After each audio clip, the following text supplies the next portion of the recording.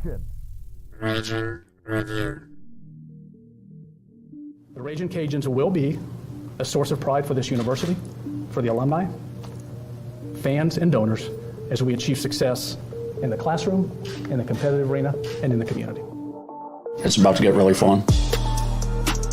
We're looking for dudes that will stand up. Well, Coach, let me tell you today, I'm here and I'm ready to stand up. And I challenge you, Ragin' Cajun Nation, to stand up with us. Stand up with us. Let's lock hand in hand and let's walk through the gates of Omaha. Hey, I love y'all boys. Let's grind every day starting today. Let's do it. Y'all ready? Alert! Ready? Who's that team ready? Who's that team ready? That's up. I got one thing to say right here. Cajuns win!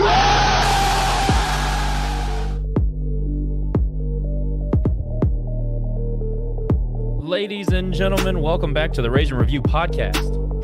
Nick, Jerry, and Josh, the whole crew tonight. We're going to wrap up some basketball for the season. We're going to talk track the pack. Great sweep over Arkansas State. We got a little golf to talk about. A few other shout-outs to get to before we get too far into the show. But as you can see, our boy Nick has spruced up the broadcast a little bit, so let's give him a shout-out. Nick, how are you, man? Looks good. I'm good. We got some more tricks up my sleeve, trying to make it, keep it fresh and stuff, seeing what other people are doing and maybe copying a little bit. I don't know. But you know what? What is it? Imitation is the best form of flattery. So, yeah, thanks to those people I'm copying off of this week.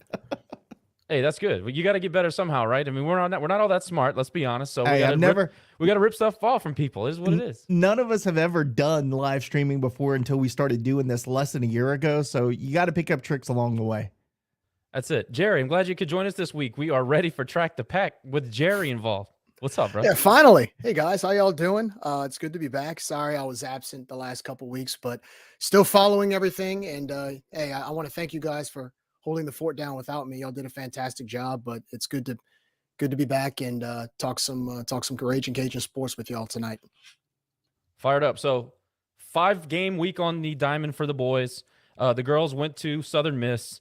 Basketball, golf hosted the Classics this past week, which was a hit, and I can't wait to give a shout out to the guys on that. But we have so much to talk about. I'm sure I'm missing some things. Track and field had a stellar weekend. As if you pay attention to social media at all, they were all over. A couple of school records were taken down, and the track team seems to be off to a great start this season. So maybe we can shine some light on that. They deserve a little bit of coverage too, and we'll get that to you. Other than that, I mean, I'm worn out. I got to be honest with you. It's a long-ass week, man. There's so much to pay attention to. Basketball, my nerves were bad from, I don't know, Monday, I guess. Anybody feel the same? I mean, am I stressing out over nothing over here? Man, I got to tell you, look, I had the Shaws. I was diagnosed with strep, so I was running like 103 fever earlier in the week. So coming into Thursday, I was a little worried that I'd be able to stay up and watch the game. I was seriously worried that I could stay up to see the Cajuns play. Luckily, I was much better by then, got some medicine in me, and things were going a lot better. But it was just like every single day was something. Like you had Jackson State, and the same day you had the golf tournament, then you had Mississippi State, then you had the basketball game, and then you turn around and you have Arkansas State. And I know that's a lot for us as fans. I can only imagine people like Sully and poor Jay having to travel, 15 different places. That's got to be tough on them. That's a lot of travel. That's a lot of stress. That's a lot of stuff that has to be coordinated and done. So kudos to those guys for making it all happen. Because I tell you what, it exhausted me just watching. I couldn't imagine what it looked like being actually involved in that. Yeah, not to mention you got administrators in Orlando. You still got to keep the crew here to run the game day events. I mean, so many things have to take place to keep all the machinery rolling smoothly. By the way, I wanted to make a comment. I had to watch the game from home today because we had some things going on. I can't tell you how good of a broadcast we have compared to other Sunbelt schools and G5 schools, whatever you want to call it. The broadcast is so well done. The color commentary, the play-by-play, all great. Just everything. It's so professional. It's just so well done. I wanted to give them a shout out. I meant to do that on social today, and I didn't get to do it, but Nick, you watch the broadcast all the time from Houston, so you know exactly what I'm talking about. I rarely do because I'm usually at the Teague, But today was just a great reminder of how fortunate we are to have the stream team and how good of a job they do. Yeah, I'm gonna add on to that. I actually made the somebody copied my tweet from Twitter about Georgia State. Yeah. And look, kudos to them for sweeping Troy. That was huge for them. But their stadium looks like a high school stadium. Like it looks like Lafayette Little League plays there. That's embarrassing. And I get that they don't have the funds right now and they're working on it. Trust me, we know because we've been talking about the football stadium. But at least our football stadium, even in its current state, is still a Division I football stadium. Their baseball stadium looks like a bad softball stadium for Division I. So they got to get better. I mean, I was making fun of the fact that the umpires were behind a fence with fans right behind them in like lounge chairs, just chilling with tea, in the background on a big thing with some nachos and stuff on fold-out tables. Yeah, with fold-out tables as they're doing the live review right in front of them. I mean, that's just high school. That's Bush League. You got to do better. I mean, you would think Georgia State, as big as they are, could find the funds to do that. And I made the joke, they're probably looking for a football stadium to convert into baseball like they did with Turner Field. I don't know what they're doing, but they got to do better because the whole presentation, like you said, from a stream perspective, when you look at other teams in the league, some do it really well and have that same high level, but man, Georgia State was bad. That takes me back to the Arkansas Little Rock days at Hogan Field. Holy cow. Oh, it was worse. Has to be. You can't fit 100 people in the bleachers that they have there called stands. Bad. But no, I was surprised they even had the capability for review. But Troy went into that series. They had been undefeated up until about 5 days ago, and they had the number 8 RPI in the country, and they got swept at Georgia State. Wow. Jerry. Unbelievable. Jerry, I wanted to ask were you worn out this week? I know you had a lot going on, and it's so much to follow, and basketball alone was a roller coaster just in and of itself. So how was the week with you?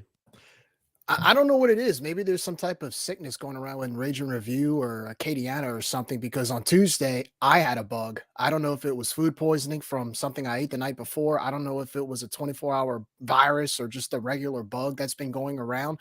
So Tuesday I was out for the count. And to the point where that night against Jackson State, I was in one of the rooms at my house, basically listening to the game on Radio Pup, and like I fell asleep. I fell asleep before the game was even over because I was just in and out. I was just so out of it. And then Wednesday got a lot better. It was a good recovery, but I was still kind of trying to get back into the groove and more or less looking forward to Thursday.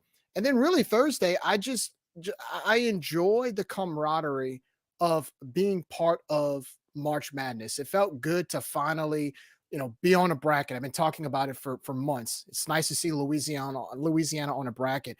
20 million people got to see that, or 20 million brackets were filled with Louisiana on there. You can't buy that type of advertisement to be able to get that type of exposure. And then on top of that, going into the game, was I nervous? Not really. I just it was a wait and see game for me. My goal has always been make the tournament and see what happens. I mean, that's March Madness. I mean, you really can't. I mean, just think about what fans at Purdue must be thinking right now, being a number 1 seed, having national championship expectations and hopes, only to be going home early due to the fact that they got upset by a 16 seed in Farley Dickinson, which, by the way, shout out to them. What a win.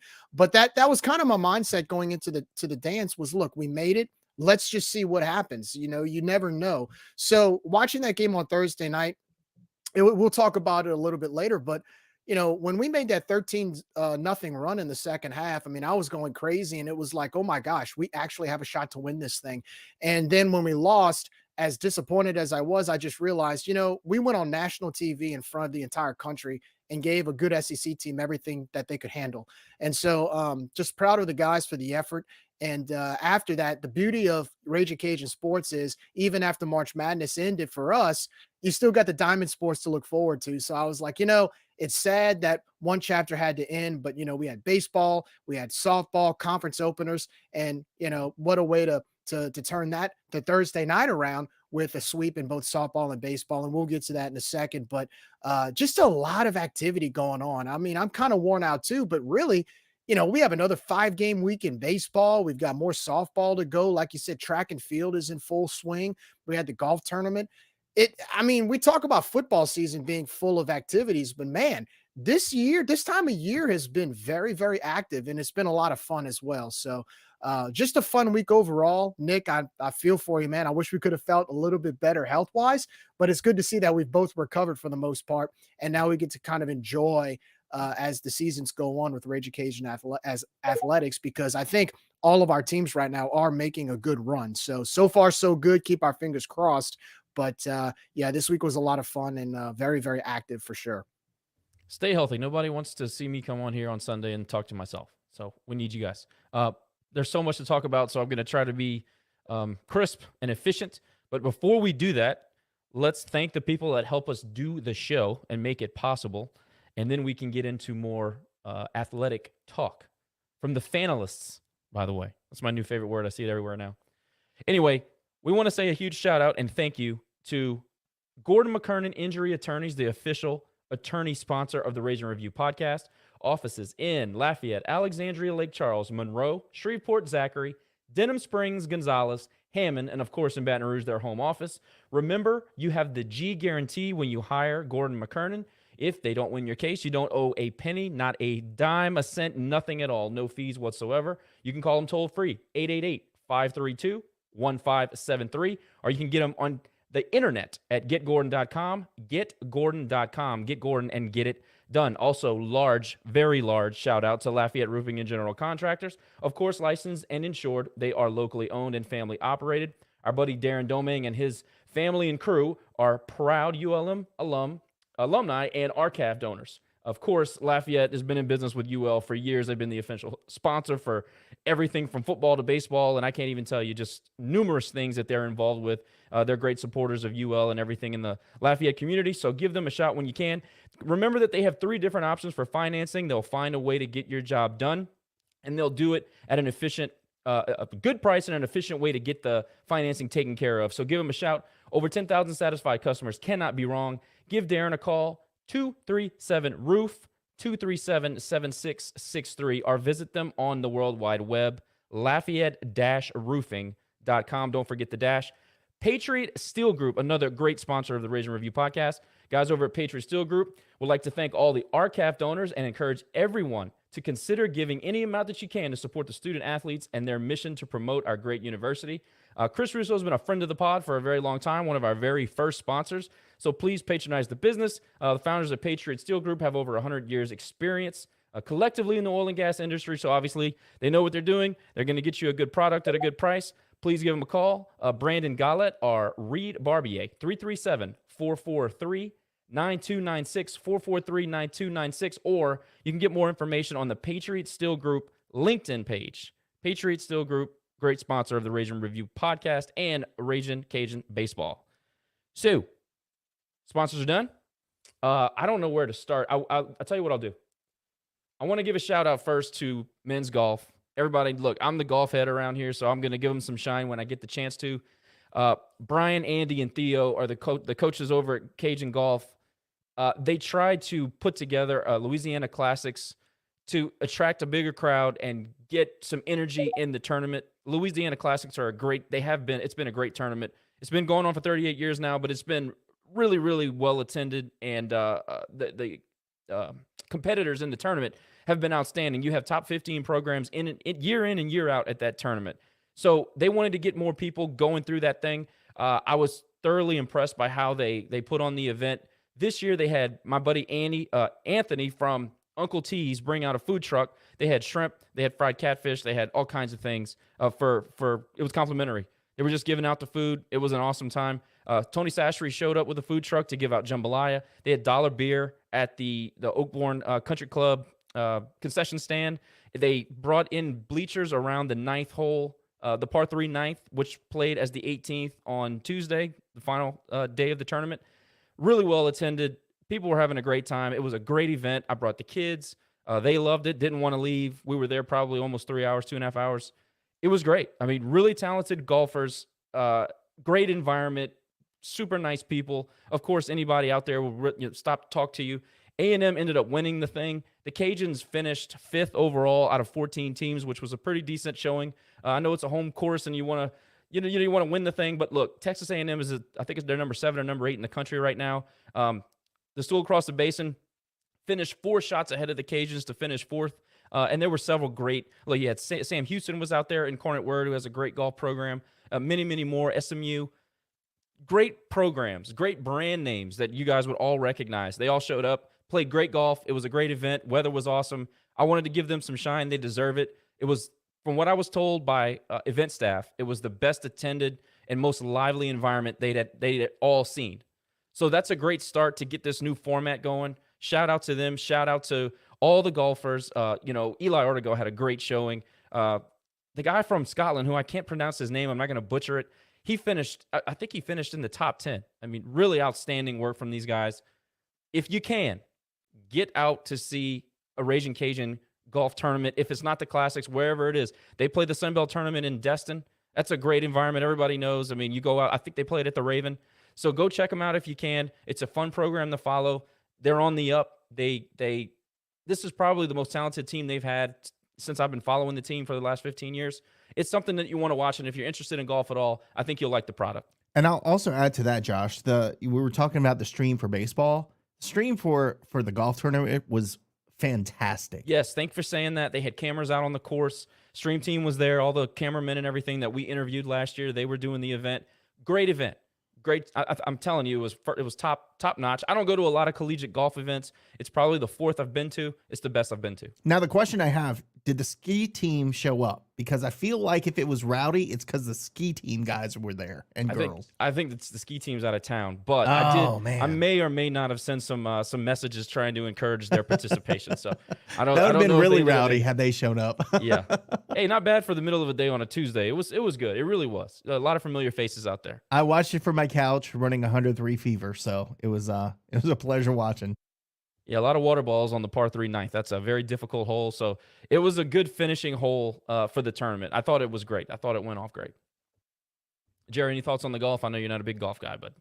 No, that was the day I was sick, so I couldn't really watch, but I was able to keep in touch on like social media and stuff. And no, anytime you're able to get those type of golf teams over to your golf course and your facility, it means a lot. And that speaks volumes for the value of what we have as a golf program. So they do a great job. We've always done a great job putting together tournaments. Really, it's just a matter of being able to do it more consistently. So no, I mean, anytime we do something, especially in golf with our facilities that we have, it's always going to be A+ quality. So no, job well done to the golf program and putting that together. Got to do it more often, I guess.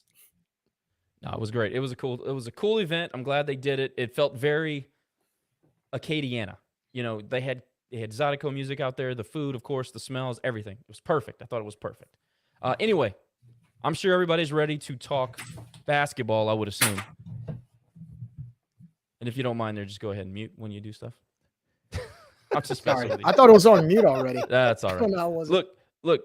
I know everybody wants to talk basketball, Jerry. I know that this is more your thing, so I'm going to hand you the floor, and you just take us where you want to go with it, and then Nick and I will comment. And let's start it like this. Let's start it like how you felt going in, how you felt during it, and then how you felt after. Give just some sort of flight plan to follow. When I found out we got Tennessee, I know I watched the selection show like everybody else, and you look at Virginia, you look at Indiana, and seeing the upsets that we had in a lot of those other conference tournaments going into Selection Sunday last week, that actually pushed us from a 14 to a 13. So I knew, okay, if you get up to a 13, it's not only great that you move up a seed, but you play a team that's less challenging because you're playing a 4 instead of a 3, obviously. For me, I was a little more curious on who would be the 4 seed. I think Joe Lunardi had us playing Indiana at one time. I want to say he had us playing Duke at one time. I'm not sure if there were anybody that had picked us to play Tennessee. I think there was like 1 or 2 predictions having us play Tennessee. But when I found out that we were playing Tennessee and we didn't have to go all the way to Albany, New York, or somewhere across the country, and it was in Orlando, first thing I thought was, okay, this team can travel, or the fans will be able to travel a little bit easier because Orlando's a pretty common destination from where we are. And number 2, I also thought that playing Tennessee, I had seen that they had lost a few games as the season went on to teams that they shouldn't have lost to. For example, they lost a buzzer beater to Vanderbilt. They lost a buzzer beater the following game against Missouri. I think they lost a few games that they shouldn't have lost that made me realize, okay, this is March Madness. This is that they're vulnerable. There's a possibility we could catch them at the right time. So I was very happy that it was Tennessee. And on top of that, their point guard was hurt. So I was very optimistic that if we came prepared and came ready, that we'd have a shot. I knew it was a long shot. Everybody had a feeling it was a long shot, but really what I expected was if we could go up against their defense and create some shots and make some shots and play decent defense, we had a chance. Playing in the game, I mean, look, I'll just sum it up like this.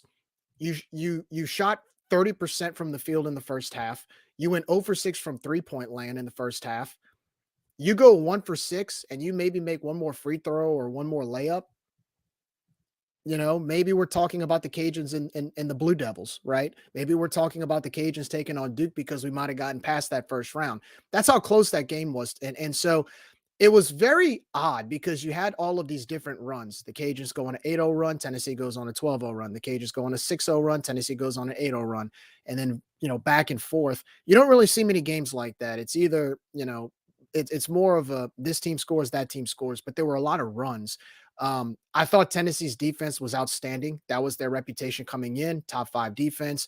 There were a lot of things we couldn't do. I was a little more, not to sound critical, but I thought our offense could have had a little more creativity. When you play a defense like that, it's almost like, and I know I'm breaking the rule here, but it's like in football, right?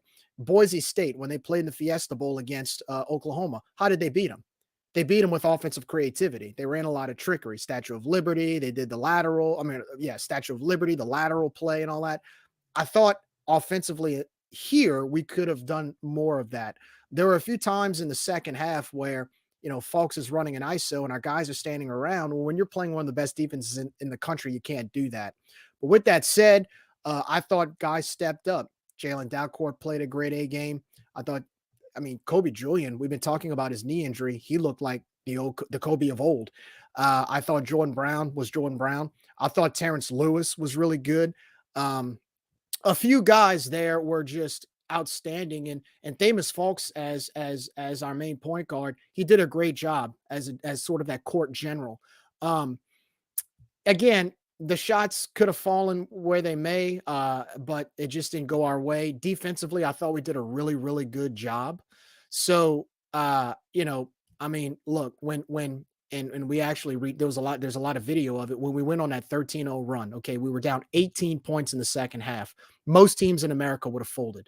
At that point, you're a 13, 14 seed. Yeah, we made it this far. Down 18, not going to happen. It was a good year. We'll ride off into the sunset. Just let the clock strike 0. And we'll call it a day. This team went on a 13-0 run. And when it was topped by Kobe Julian hitting that 3-pointer and to bring it within 5, I don't know about you guys. So my daughter was sleeping. And I made a promise to my wife, I'm going to be quiet. I'm going to try to be as quiet as it can be. When Kobe hit that 3-pointer, I'm literally jumping up and down in silence. And literally, like, I had to go outside on my patio to watch the game because I was going to scream too much in the house. So I ended up going outside and watching the rest of the game. And I mean, I was biting my nails all the way to when the clock struck 0. But, you know, look, we came up short. We played them hard. I couldn't be prouder of the effort. Like I said, a few shots could have gone our way. Just didn't get it done. But kudos to this team. Kudos to the staff. They went in prepared. They went in prepared, played a good Tennessee team to the wire, the same Tennessee team that beat Duke by 13 yesterday.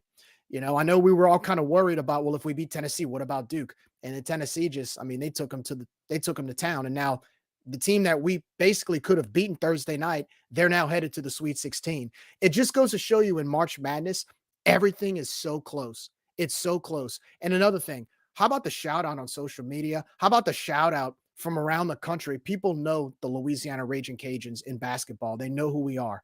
And I mean, I was getting messages from people I know from all over the country. Oh, I'm watching your game, man. The Cajuns are playing great, blah, blah, blah. Had family and up north that were, texting me, man, how about the Cajuns? Y'all look good and all this other stuff. That's the importance of going to the dance. You can't buy that type of advertisement. I mean, again, 20 million brackets were filled this year, and Louisiana was on every single one. Not ULL, not Louisiana Lafayette, not ooh la la, Louisiana. You hear that, people? 60 miles away, Louisiana. I mean, unless you put white out on your bracket to make yourself feel better, guess what? Louisiana Raging Cajuns, okay? That, again, you want to win the name game, that's what you do. You go to the dance, you make the postseason, you do what you can to get national exposure. That's how you do it. So to me, no, I'm not all about moral victories. No, we didn't win the game. But from a branding standpoint, and as far as advertising for your university, that was a win for us overall. Nick, what'd you think of the game? Yeah, I went in a little concerned because Foot tweeted something earlier in the day. I guess he had watched a couple of games and he said, look, the rim is tight. The ball's not going in. That's a concern from the 3-point line for our guys. Turned out to be right in the first half, right? I'm not a big basketball guy. I don't know the terminology. I don't know the game planning. But what I do know is that if you have a team that is huge and can defend the inside, that you got to pull them out, right? And you got to force their card by hitting threes. And we couldn't do that the first half of the game. Going into the game when we started, man, we were so undersized from a visuals perspective compared to them. So that was my immediate concern, is like, holy cow. I mean, the one of their guys was like 7'3" or something ridiculous. And he could barely move up and down the court, but he hit a couple shots. But 7'3", all he had to do was stand there and put his hand up, and he's getting a rebound. So, look, impressed by their defense. I mean, again, look at what they did to Duke today. Look at what they did to us. They're really, really good defensively. I thought, like you said, Jerry, our defense, I don't know if they played above their heads or they played up to their potential, but man, to hold Tennessee to under 60 points, that is impressive. And I thought they were fantastic all night. Kept them off balance. If we hit 1-3 in the first half, I think this is it. We're talking differently today, because it was a 3-point game to end it. And that's really all we needed to do, was hit a couple of threes in the first half, or even a couple of jump shots. Look, we went like 4 minutes at a time without getting any points. And that's a killer. It's hard to recover from that. So look, I'm proud of the effort.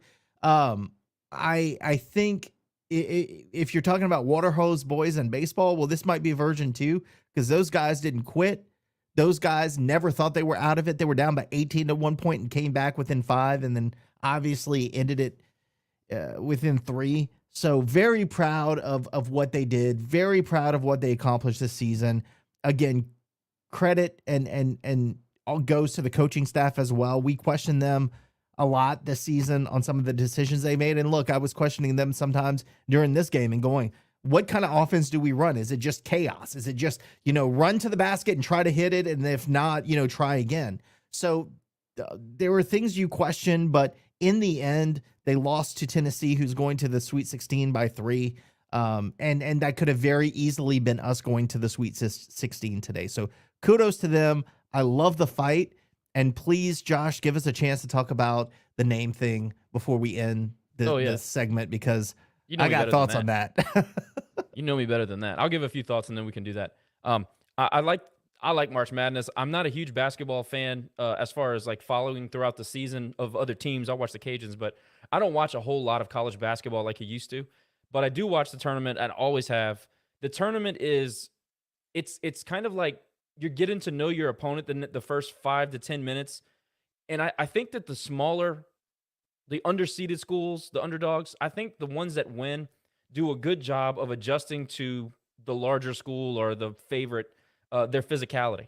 And I thought that the biggest adjustment that the Cajuns, and this was a player situation, had nothing to do with coaching staff, I thought that the players raised their intensity level and matched Tennessee's physicality for the majority of the first half. And I thought that that's why we were able to stay in the game. Now, I think the game was lost when we let Tennessee go on that run to end the half. I think that's where you lost everything. We had like a 4 or 5 minute stretch where it felt like a turnover almost on every possession, or a wild shot, or something was going wrong where we just weren't giving ourselves good opportunities to put the ball in the basket. I thought that that's where the game was lost. 17 points against a defensive squad like Tennessee with their size and their athleticism, that's almost a death wish. Kobe Julian single-handedly brought us back in that game. He and Jalen Dalcourt actually hit those big threes in that second half during that 13-0 run. They brought us back single-handedly.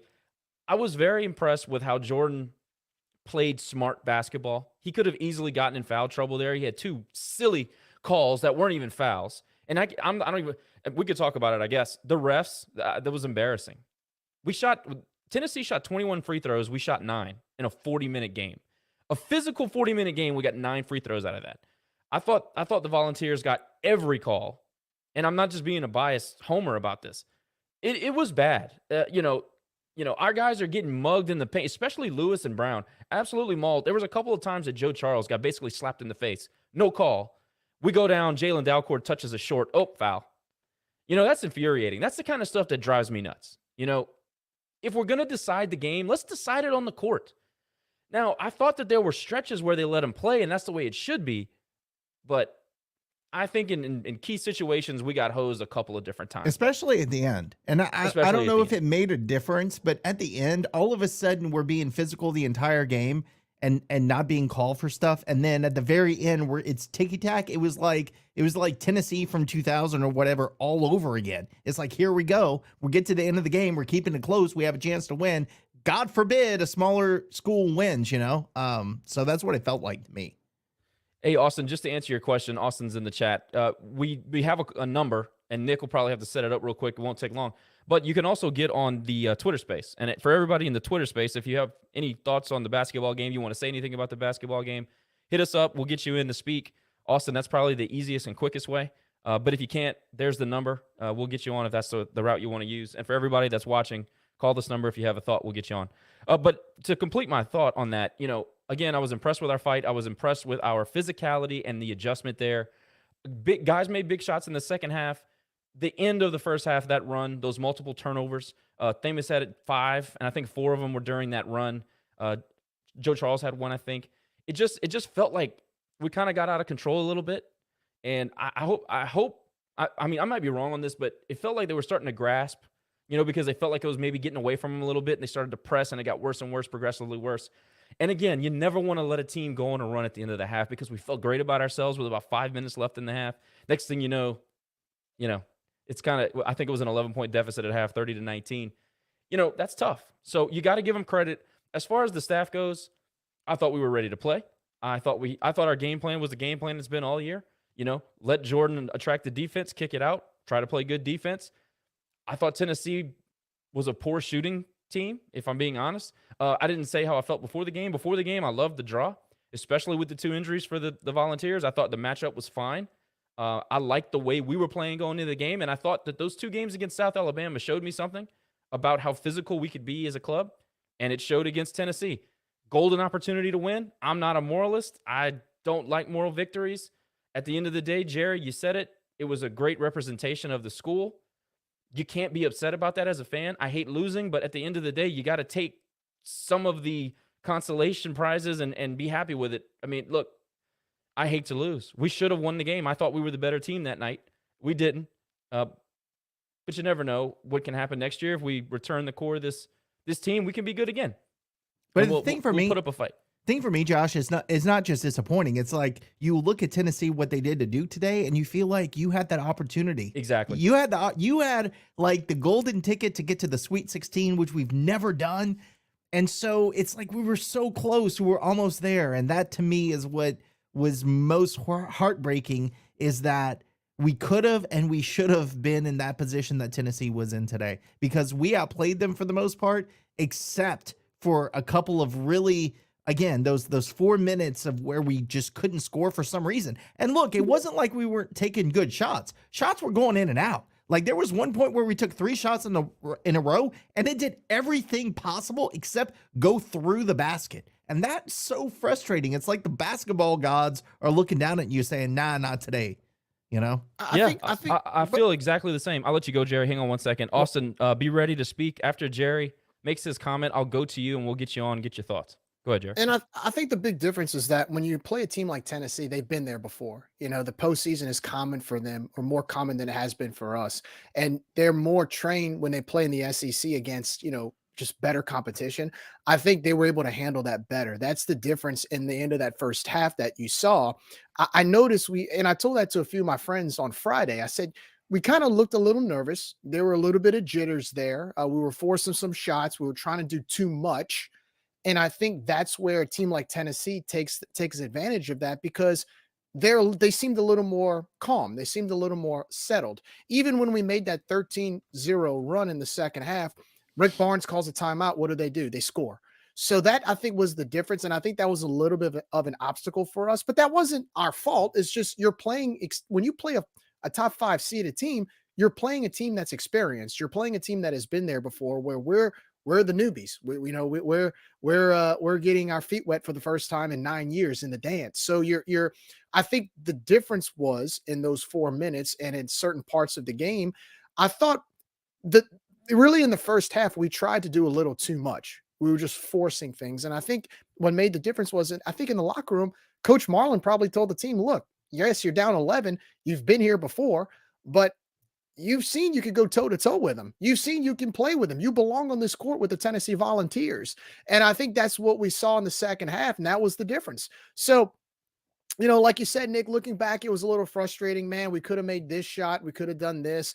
It would have been nice to shoot a little bit more than 30% from the field. But at the same time, I mean, hopefully this could be a lesson moving forward, maybe next year and the year after that, when you start playing teams like Tennessee again on your schedule.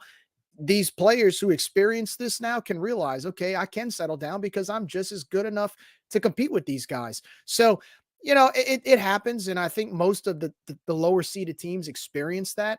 The biggest difference is your shots going in. I mean, and like you said, Nick, there were a few shots that just rattled off the rim, and you're thinking, like the Cajun Dome or in a Sun Belt game, most of the time that's going in. So can't fault them. It happens. But I like the fact that our team just kind of woke up and realized, okay, we're good to compete with them. And that's really, at that point, besides winning, that's all you can really ask for. Because if you can't do that, you don't put yourself in position to win. We put ourselves in position to win the other night.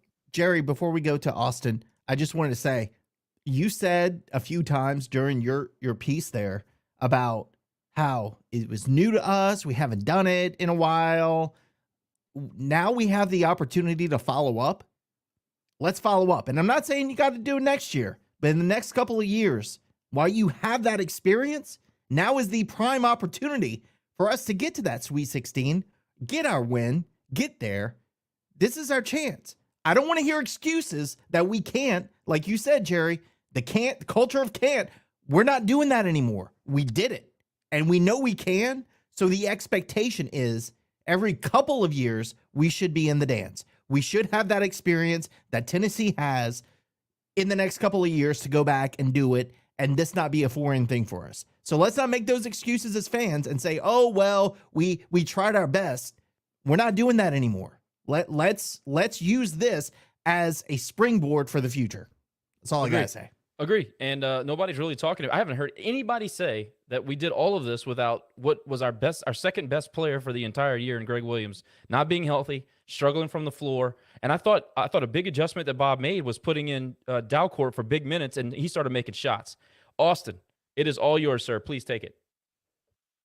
Appreciate it. Yeah, I was actually lucky enough to get to go to the game. It kind of all worked out perfectly. I had a long weekend off from work. Buddy of mine, also UL alum, lives in Tampa, so I flew down and stayed with him. Great experience. I will say it's definitely one of those things it's super different watching the game live versus watching it on TV. There's certain things you pick up on more and vice versa. I mean, personally, I was not like shocked, but at the end of the game, just looking up and saw that we only lost by 3. I mean, because there was such a large chunk of that game in the second half where it felt like it was slipping away. I really didn't feel like it was a close game, but yet we lost by 3, So it took some perspective to the time away from after the game ended to kind of put everything in focus. But I feel like what really hurt us, well, I love the draw, especially with the injuries. And you could tell not having their point guard Ziegler, they just looked lost on offense. I agree 100%. And I thought we did play good defense, but they definitely looked lost. I mean, he's normally the guy handling the ball, led their team in assists.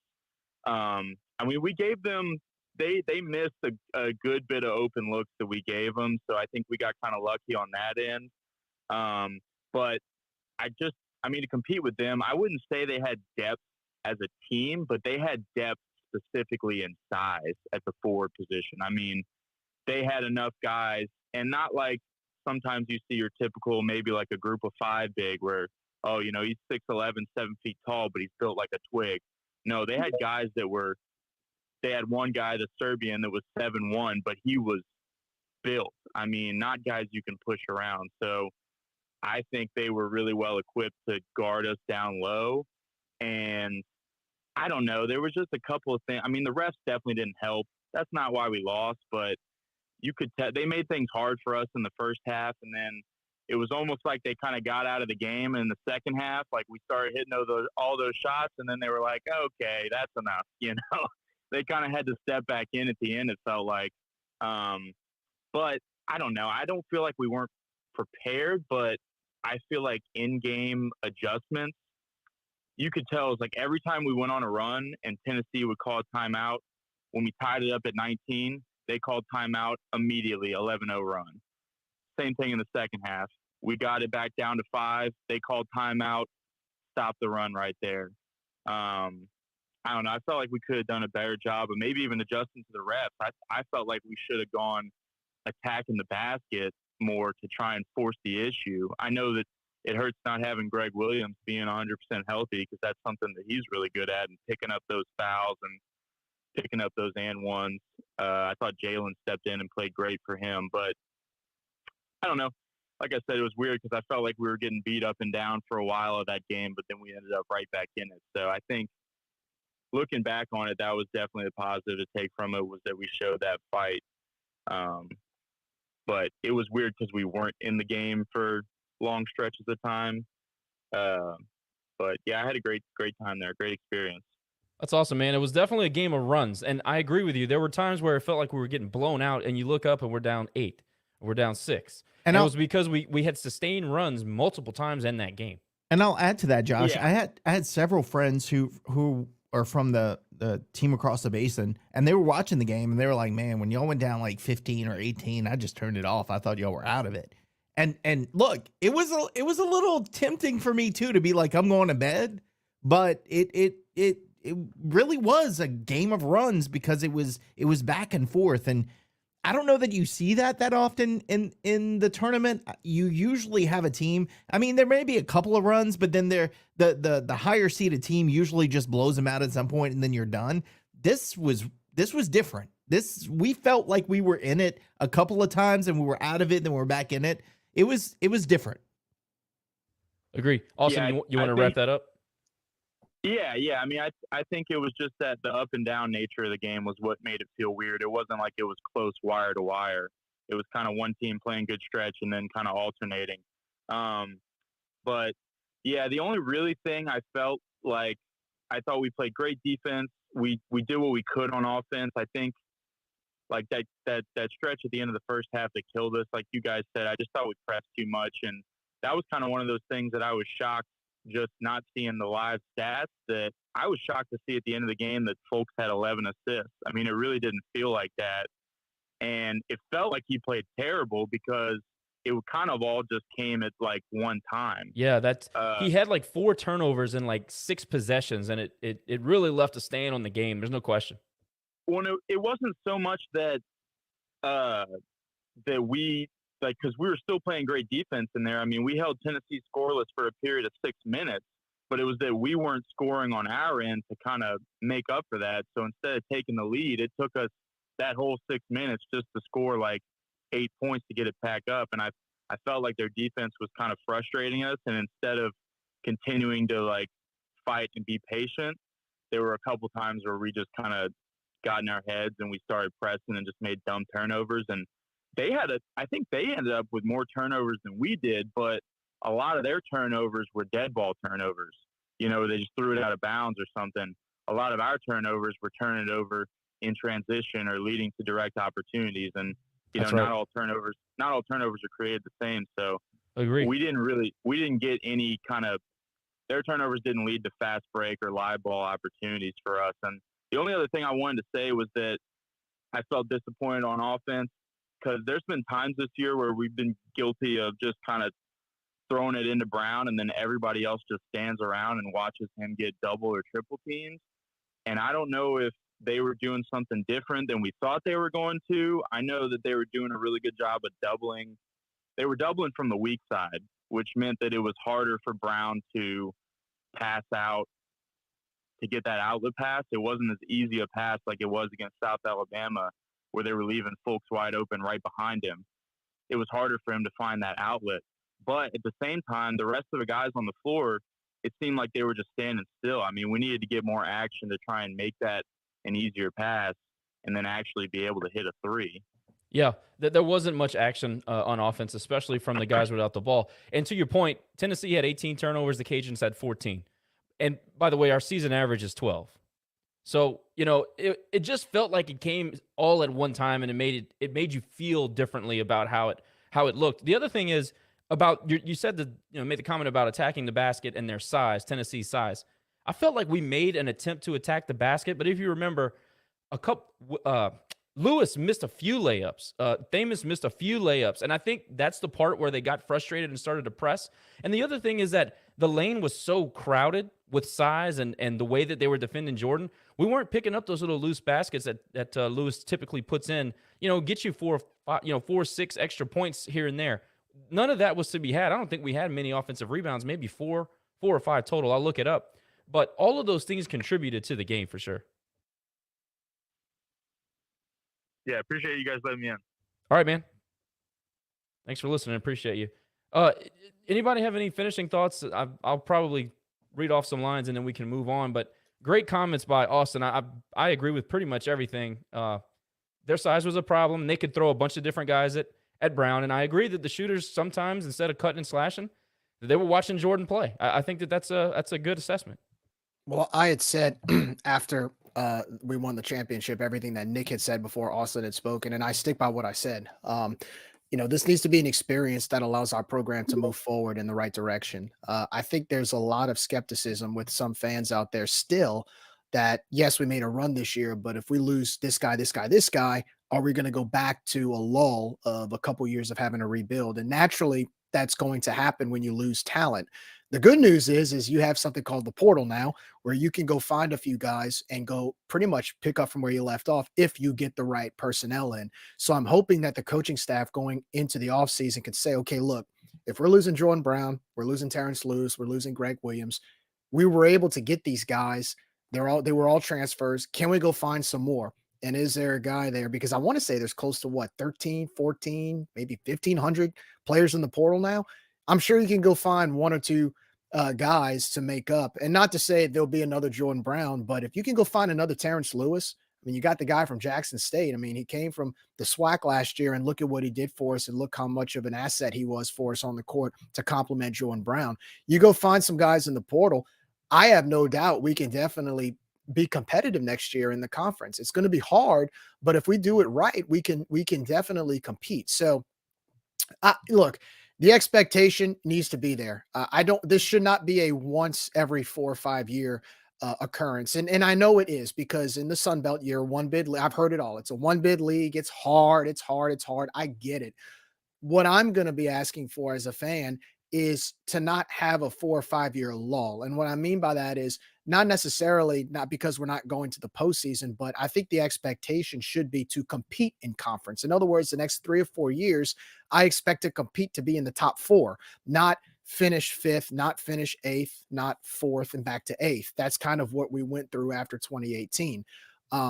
So moving forward with this experience, I know the coaching staff and I know the players coming back, they want to experience this again, but the expectation and the bar, it needs to be raised. It needs to be raised, and fans should expect that. Not to say we expect, we're going to be in the dance every year, but we should expect to be competitive in the conference, and anything lower than 4th or 5th place is not acceptable. So hopefully moving forward, they have the formula now to creating success and creating a year like this year. And to Nick's point, no more excuses. I don't want to hear in 2 years from now that, well, we made it to the dance 2 years ago and it's hard. So what if we finish 7th place or 8th place? That's not the expectation, and that's not how you run a good program. And after what we experienced these last 4 years going into this season, I'm sorry. And I know there's going to be some out there that disagree with me. That is not acceptable. So hopefully we learn from this season. We had a great time in Orlando. We made the dance, the exposure we got. That needs to be the motivation moving forward of why it's important to maintain a successful program. I mean, from a university standpoint, you go make a Sweet 16 run. There was an article we retweeted on Raging Review earlier today. Enrollment goes up. You've got the community getting involved. You've got people that know who you are. That's the importance. So, you know, to the people that say, well, it's hard and it's a one bid league. Yes, it is. Winning is not easy. It is hard to maintain a success in any sport. Heck, softball's done it for the last 40 years, but that doesn't mean it's easy to go to a regional every year. It doesn't mean it's easy to be ranked in the top 25. Baseball, we have expectations and standards. Doesn't mean it's easy to host a regional. Doesn't mean it's easy to go to Omaha. That does not stop those programs from trying to reach success. So that's all I'm asking in basketball is to have that same attitude. No, it's not easy to go to the dance. No, it's not easy to win a conference championship every year, but that shouldn't stop us from publicly saying, here is our brand of Raging Cajun basketball. This is what's expected. And so hopefully moving forward, we do that. Look, I'm just going to add to that, Jerry, and say it's hard being mediocre. It's hard being mediocre because being mediocre, it's hard to recruit. It's hard to win games. It's hard to get your fans in the stadium. It's hard for a lot of different reasons. It's hard to be mediocre. It's also hard to be really good. So which hard do you choose? Do you choose the hard being mediocre part, or do you choose the hard being really good? I'm all for the being good. That's the hard I choose. And I'm hoping that our program moves in that direction because it's hard either way. It's not easy. It's not an easy path either way. Choose the better path. That's what I'm asking. Choose the better path. Be good. Be consistent. Be consistent. Again, we're not saying you got to go in and win an NCAA tournament game every year, but every couple of years, we should be in that conversation. We should be in the tournament every 2 to 3 years. So I'm with you, Jerry. I agree with you 100%. And one other thing too, and they say, well, everybody, you know, Georgia State's the only team that's done it. Why should that stop us? You know, well, it's hard. Other teams don't do it. Why should that stop us? You don't see in softball many other teams in our conference have a consistency of success like we have had the last 30 or 40 years. You don't see as many teams in our conference. In baseball, it's a little bit different, but still, we have a certain standard that teams circle us on their calendar when they play us. But that doesn't stop us from trying to achieve that greatness. You know, we've been to Omaha one time in our history. That hasn't stopped us from trying to get back. So I think messaging is going to be very important moving forward. I think one of the hardest things that fans didn't like 4 years ago was after that 27-win season, we would hear things like what we did last year. Well, we did this last year, and kind of, you know, indirectly justifying our shortcomings for the following season. I don't expect us to do that again. I don't expect that messaging to be there again. If it is, you're going to get backlash from fans. They're not going to want to support that. Nobody wants to support somebody that says we did something last year. That's great that you did it last year, but what are you going to do to use that and take that to succeed moving forward? When you lose a game, you lost the game. Well, because we won this many games last year. That doesn't matter. What matters is you won that many games last year. What are you going to take from that experience to allow consistency and success moving forward this year and the year after that and the year after that? So I'm going to look, a lot of fans, we're going to be keeping an eye on the messaging next year. I know it's going to be a tough season moving forward as far as trying to bring back a lot of talent that we lost this year. But at the same time, that shouldn't stop us from having a certain expectation and having a certain goal that we want to reach and share it with the public. Tell them, you know, I think the coaching staff did a great job of doing that. Again, I remember when Coach Marlin said last month at one of his press conferences, our goal this season is to go to the NCAA tournament and win a game. That's a great goal. That's a great goal. That was the first time I think I've heard him say that. And I mean, I know the Mission is March thing in 2014, but that was the first time I actually heard a coach. Now, maybe I wasn't listening. I'm probably not paying attention. But when he said we want to win a game in the dance, what fan wouldn't want to get behind that? I mean, that should be the goal every year. Make the dance and win. I mean, that, you know, it's hard to do it, but that doesn't stop Matt Deggs from saying, I want to go to Omaha. That doesn't stop Jerry Glasgow from saying, I want to go to Oklahoma City and win a national title. That doesn't stop Coach Dez from saying we want to be a New Year's Six participant. So It's going to be, I'm hoping that message stays the same. And I give kudos to Coach Marlin for saying that, because that should be our expectation and our goal.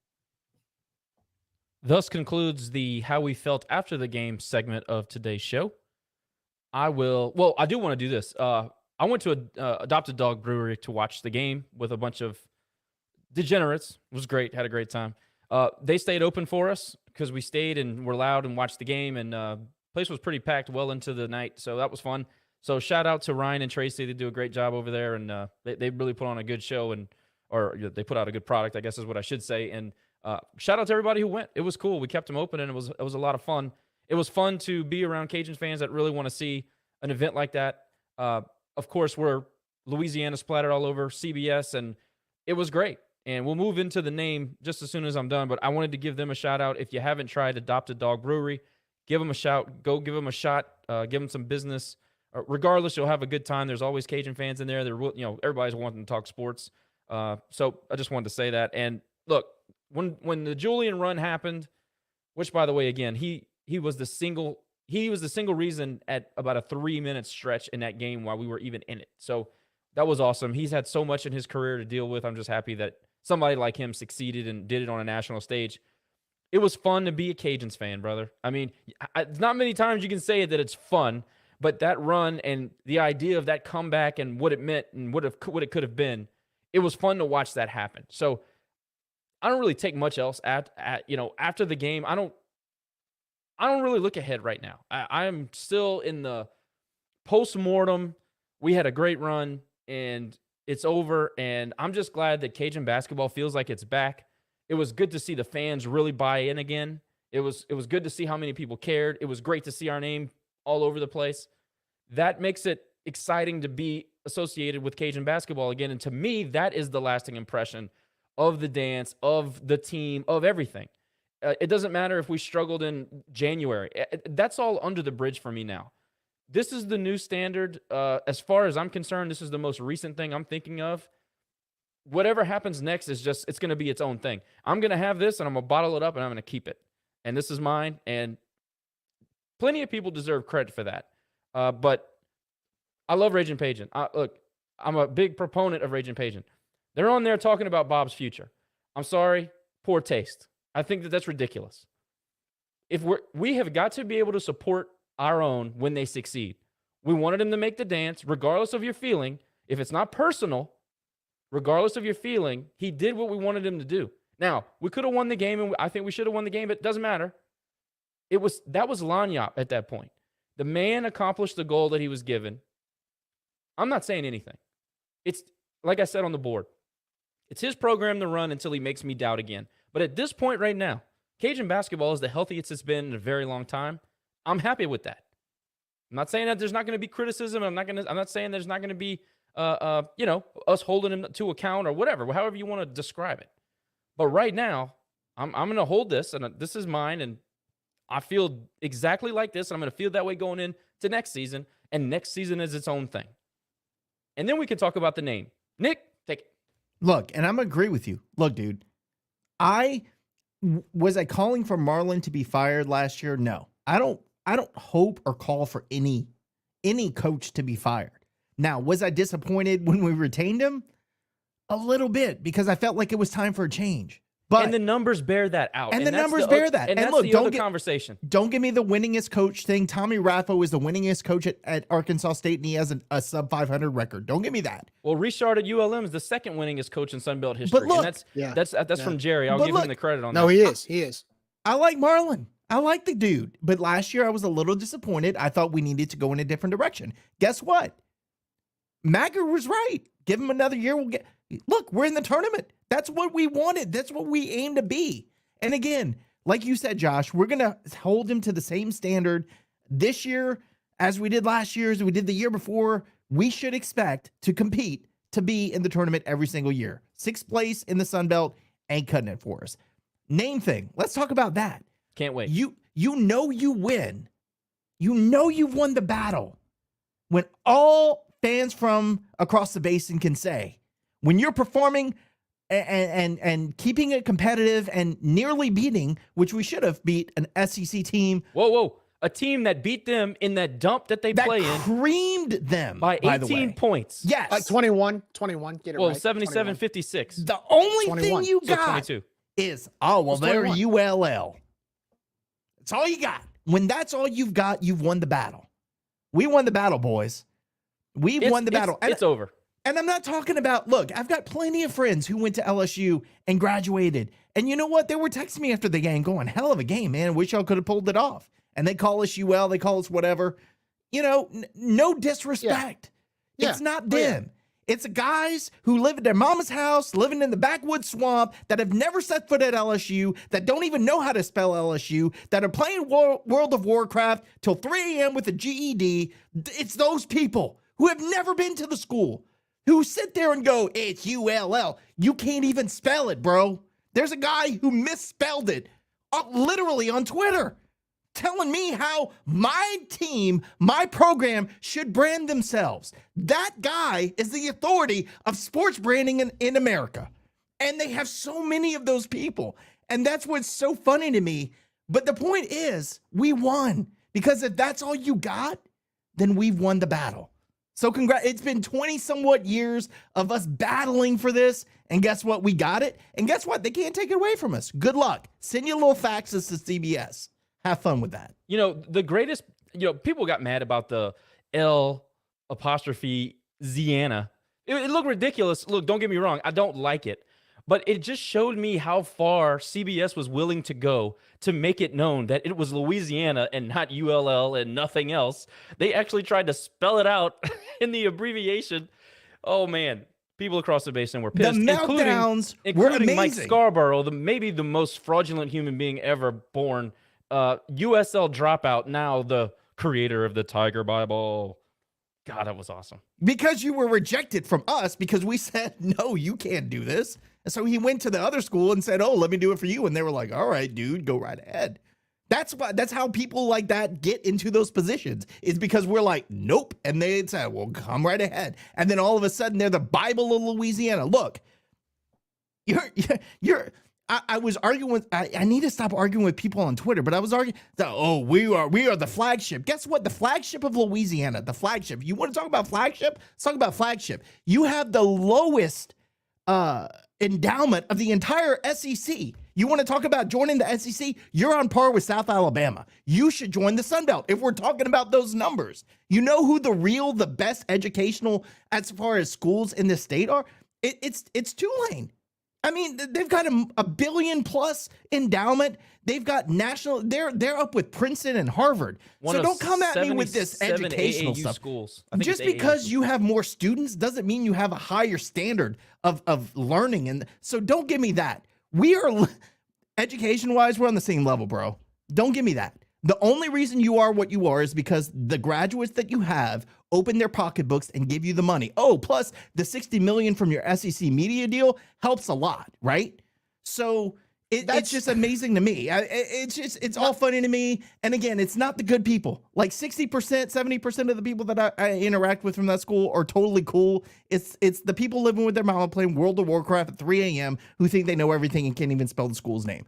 My favorite though is whenever and look, I'm with you, Nick. I got family that went there. I got friends that went there, and actually a lot of them, they know I'm a Cajuns diehard, and so they kind of follow what we're doing, and they'll compliment us and stuff. And it's funny because when I see people on Twitter that'll go out of their way, they don't like nobody drags them into the conversation. They go out of their way to make those comments. Well, I was reading on the Razor Review Twitter account, or forgot where it was. Somebody was saying something about, well, I just come in to let them know that they need to know their place. Well, you think anybody really cares? You think we care? Like, okay, oh my gosh, some random guy in somewhere backwoods Louisiana has to tell us. Like, what are you, the authority of our name? You are branding authority. You're because they're not the center of the conversation. It's because they're not the center of the universe, and somebody else is getting attention that they're not getting. God forbid, they are not the center of the universe. They hate that. Well, and the thing is too, is like, I love the argument. Well, why won't you play an SEC schedule? Let me tell you something, dude. Give us your money. Give us your money, give us your budget, give us, the $60 million SEC TV deal, and let us build those facilities and recruit to that. Give us about 2 or 3 years. And guess what? We probably could play your schedule. It's not, when money is able to buy you facilities, when money is able, when you're in a conference that automatically gives you $60 million, which is almost double our entire athletic budget, just because you're in a conference, it's a lot easier to be able to build something off of that than say someone like us that has to scrap for what we get. And yet we still have more success in certain years than you, especially in basketball, by the way. Oh, and by the way, you want to talk about, you want to make fun of our basketball program and say about our Louisiana brand. Well, maybe if you wouldn't have cheated, and maybe if you wouldn't have got caught and committed, 5 or 6 level 1 infractions with the NCAA, maybe if your coach wasn't wiretapped by the FBI admitting to paying players, maybe you could have gone to the dance. And maybe you wouldn't have had to replace your entire team and go 2-16 in your conference. And maybe you wouldn't be the one that would have to basically have a losing season and have to start from scratch. That's not our fault. We did, look, to Coach Marlin's credit, he said it after that NIT game against them. He said, look, I'm going to run my program with class. And he has. He's run our program with class. And guess what it's gotten us? It got us to the dance. And meanwhile, your coach who wants to call his timeout is now in Lake Charles trying to get people to go to his basketball games because he got fired because he cheated for you. So, all this stuff about know your place and all that, that is the most backwards, and I love this state, but that is the most backwards Louisiana mindset. Know your place. You know what know our place has gotten in Louisiana? We're dead last in education. We're dead last in economic growth. We're dead last in like everything that's good because of that attitude. So when you say stuff like know your place, that's just what that tells me is you base. Oh, and then they always say the great state of Louisiana, the great state of Louisiana. Look, man, I love Louisiana, but that attitude is why we're dead last in everything. So guess what, guys? Competition is good. You want us to succeed because competition is good, because guess what it does? It gives your school a good swift kick in the rear end to say, you know what? We need to be better and not be so complacent. You want to talk academics? Again, you're dead last in the SEC, man. And endowment. Our research dollars are more than theirs. Our research dollars, they have one of the lowest research. I don't know if it's the budget overall, but money produced from research, it's the lowest in the SEC. It's less than us. Look, UL makes more money on research dollars than LSU does. That's a fact. At the end of the day, I'll just say it like this without. And by the way, my bad for using the 3 letters. I'll put my money in the swear jar. I meant that school across the basin. Okay. Well, I'll say this, and I'll end my side of my comments here. Don't worry about what we call ourselves. Your school has a lot more issues that you need to fix on that side of the Mississippi River than what we brand ourselves as, okay? Don't worry about us. Worry about you. You have a lot of issues at your school right now that you need to be fixing before you worry about what some other school in the state calls itself. Unless you don't care. What it tells, but what it tells me is they don't care. They don't prioritize because they're so worried about looking at us with their. Well, they don't care about us, Jerry. They don't care about us until somebody uses what's the pirate. They're looking at us across the river. What are they calling themselves? It's But they don't care about us. Remember, they don't care about us. And then all of a sudden, somebody uses Louisiana. It's like, and then fire and brimstone. It's funny how that works. My question is, why does it matter so much to them? Like, is their brand that bad to where we're going to take away from them? I mean, if you're so great and you're so grand, why would you worry about what we call ourselves? Because it's all they have, Jerry. It's all they got. That is all they've got. And what's funny is that they want to talk about, well, you're not using your full name. Guess what, buddy? Those 3 letters that you like to say, that's not your full name either, buddy. That's not your full name either. Well, y'all shouldn't change. He said, y'all have had 3 name changes in the last 20 years. What are you talking about? They've changed their name 23 years ago. What are you talking about? Look, that speaks to my educational point that I was talking earlier. To put a bow on it, the school across the basin is the typical 5'6", small appendage, large truck of the state. It screams insecurity. You should just get a vanity plate that says insecure. That's what he tells me. Every time you get upset about what somebody calls themselves, it shows how insecure you are. But Josh, and I know you want to wrap this up, but I'm just going to say, look at Tulane last year. They made it to the Cotton Bowl. We were excited for them. We were giving them kudos. We were excited. We were saying nothing but great things about Tulane. What were the fans across the basin doing? This is a joke. If they played an SEC schedule, they wouldn't get blah, blah, blah, blah, blah. Why can't you support the people you're supposed to be a state, the leader in the state. Support other state schools. We do. Well, except for the one in Ruston, because that's a whole different story. But just to say, Hey, Nick, you don't even have to support them. Just don't try to drag don't them say down. anything. No. Look, like I said, this is not to our family and friends who went there. This is not to the people we know that are associated with them, because there are a lot of good people. But the ones on Twitter, the ones who live in the backwoods and want to yip yap and use that school as a way to make themselves feel better, because we know they couldn't get in there. That's what we're talking about. Because at the end of the day, anytime you have a school in the state of Louisiana that represents, whether it's UL or any other school that goes to the dance, goes to a postseason, that's good for the state. That gives the state notoriety. That gives, whenever you see Louisiana on the score ticker, guess what? That's good for our state. That's a good thing. So if you love the great state of Louisiana, right? Then, technically you should be happy, but I digress. I guess in some of their fans, their mindset is what's mine is mine and what's yours is mine. So nothing we can do about that. We just got to keep our heads down and stay focused and keep doing the best we can as a program. Dude, UL's killing it right now, academically, and as much grief as we give the athletic program, it's don't focus on the grief, because the good is way bigger. We are a niche market where, certain things we need to fix in order to continue to grow as a program. That's what we do here. But overall, the program as a whole has never been healthier. Academics is killing it. We're acquiring land. We have a real shot at a medical school, a law school possibly in the works down the road. We have a ton of things going great for us here at UL. I'd much rather be on this side of the basin, I can tell you that, because I think they've already topped out over there. Anyway, that's a whole other podcast. Before we move on to baseball, because we did do some Diamond sports this past week that we got to get to, I want to give a shout out to the basketball managers who finished their season 5-0, were undefeated. They had a little bit of a March Madness on Twitter, and the way that they do this manager game, how they determine who moves on. They have these polls on Twitter where the fan base is they vote for whoever. The Cajuns were voting, or we were voting against Lipscomb to try to get the managers into the Final Four. The schools that make the Final Four for the managers, they actually go and play a tournament at the Final Four.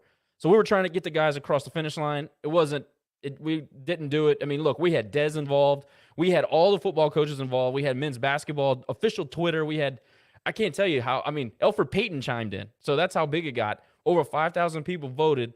We didn't pull it off, but we suspected there was some fishy stuff going on with the Lipscomb account. They all of a sudden started jumping up by 1,000 votes, 500 votes, 300 votes.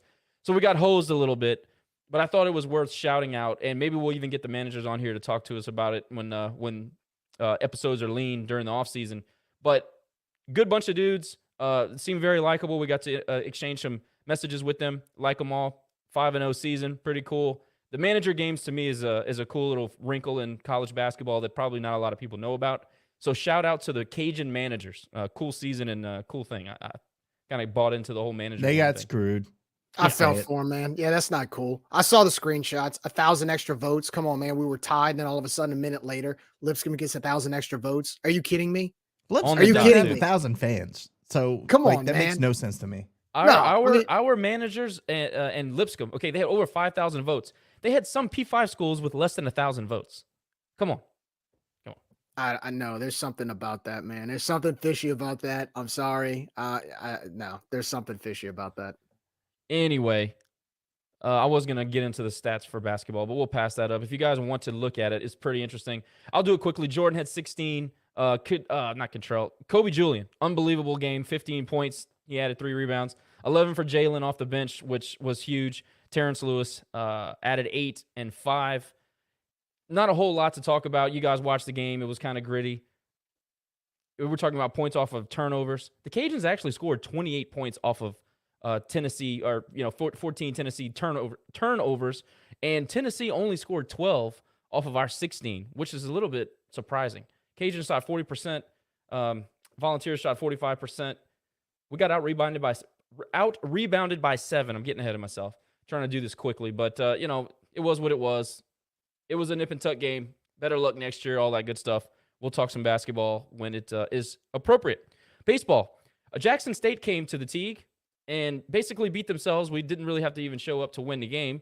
I think they made something like 7 errors. Let me check that. They only made 2 errors, but they probably made like 5 more somehow or another that weren't counted. I don't know how many walks. Let's see. Jackson State walks. 12 walks. Excuse me. Sorry. 11 walks. Guys, I'm struggling tonight. 6 walks. I'll edit all that out. Somewhere 6 between 1 and 10. Yeah, somewhere in there. Just pick a number. 6 walks, 2 errors, several free base runners that ended up scoring. We only got 4 hits off of their pitching staff. Midweek at that, a little bit worrisome. I mean, they threw out 5 guys. Their starter went 1 inning. You know, it was rough. Any thoughts on Jackson State? We don't have to spend too much time on it because there's a much more interesting game that was played the night after that. I was not too thrilled about the offensive attack against Jackson State. Any thoughts? No, I'll just say they always, play us tough, which is weird. I mean, it's Jackson State. They beat us in a freaking regional in 14, which pissed me off. So true story, in 2014 regional game, beat us the first game. I drove home all the way back to Baton Rouge that night. I was supposed to stay at my parents'. I was so mad I went back home.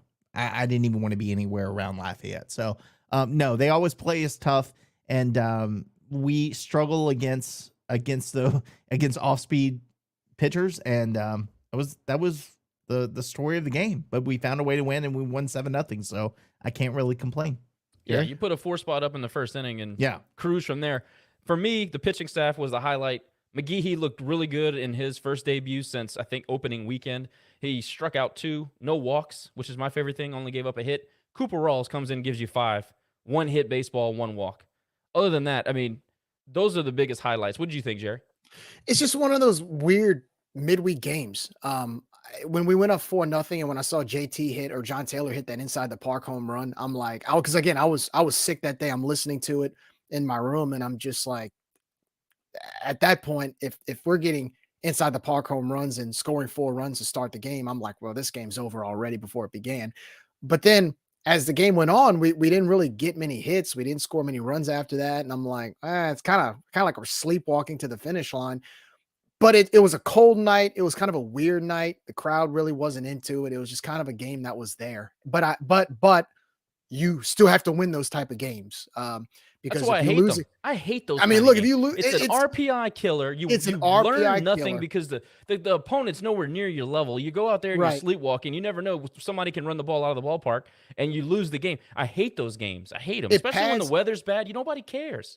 It pads your record though, so I think we were able to getting that extra win was nice. But at the same time, I don't really. The pitching was great, like you said, but after that, I'm kind of like, what else did we really learn from it?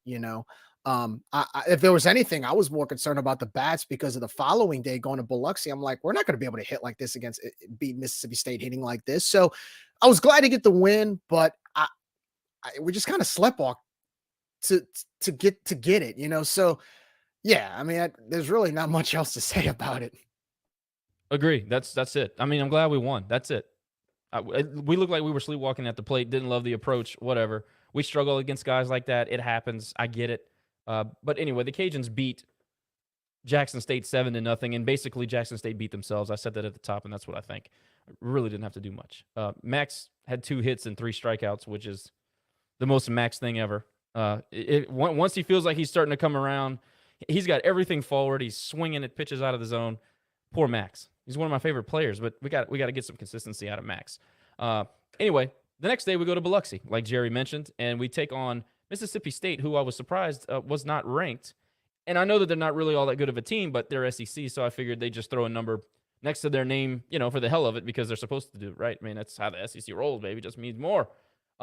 Cajun started Sam Hill, who I thought looked really good for 3 1/3. Gave up 2 hits and 2 earned runs. He did walk 3, which ultimately is why he got pulled. Couldn't throw strikes for a minute. He struck out 1. What did you guys think about Sam Hill? Curious to get your thoughts. We really didn't talk about it that much.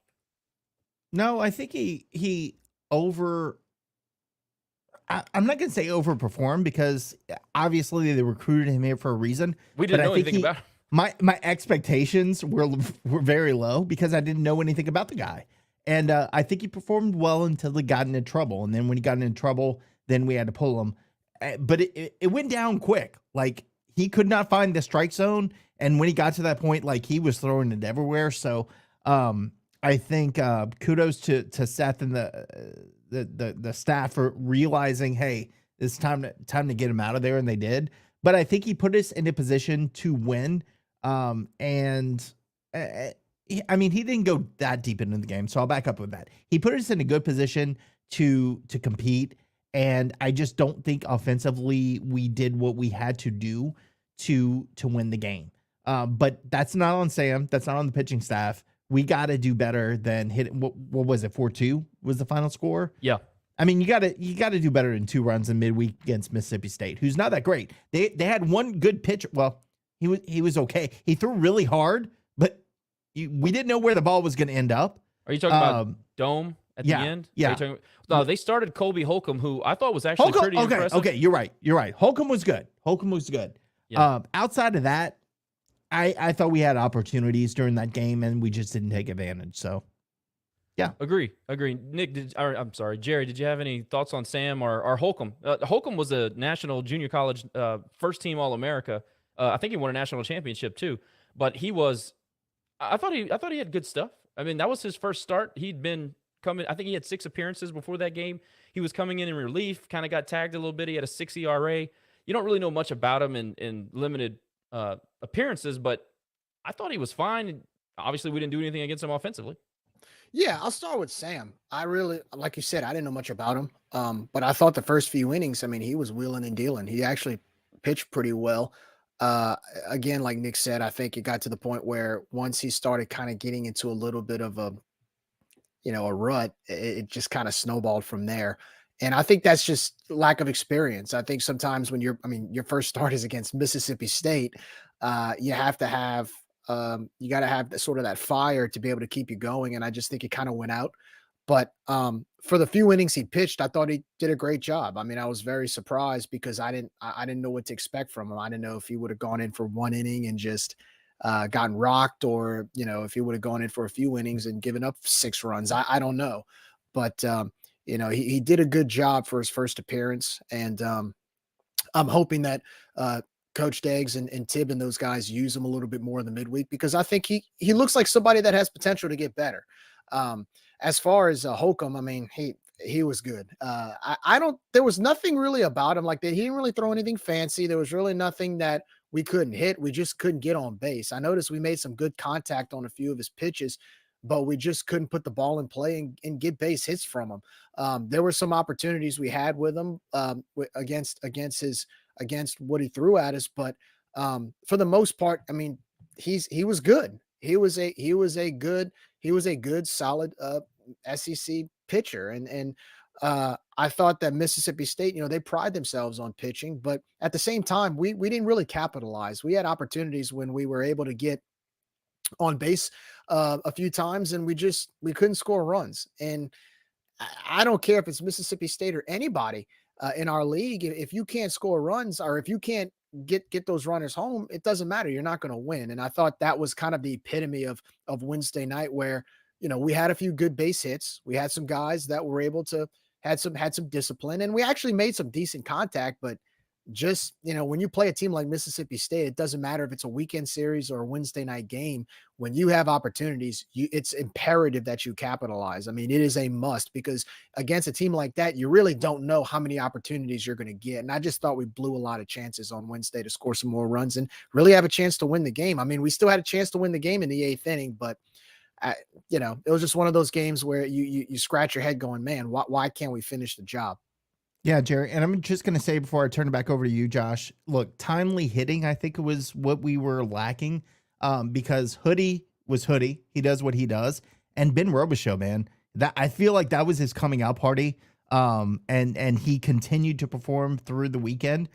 So kudos to those guys. It's just that the hits were there. They just weren't timely. They just weren't when we needed them. And I feel like we had the opportunity. Those gaps were big, man. And Mississippi State did a good job of hitting in the gap where they could get a 2 or 3 bagger, and we just didn't do it. So yeah, they did what we couldn't, and ended up winning the game. I agree. It was one of those old-fashioned road games. Timely hitting just wasn't there.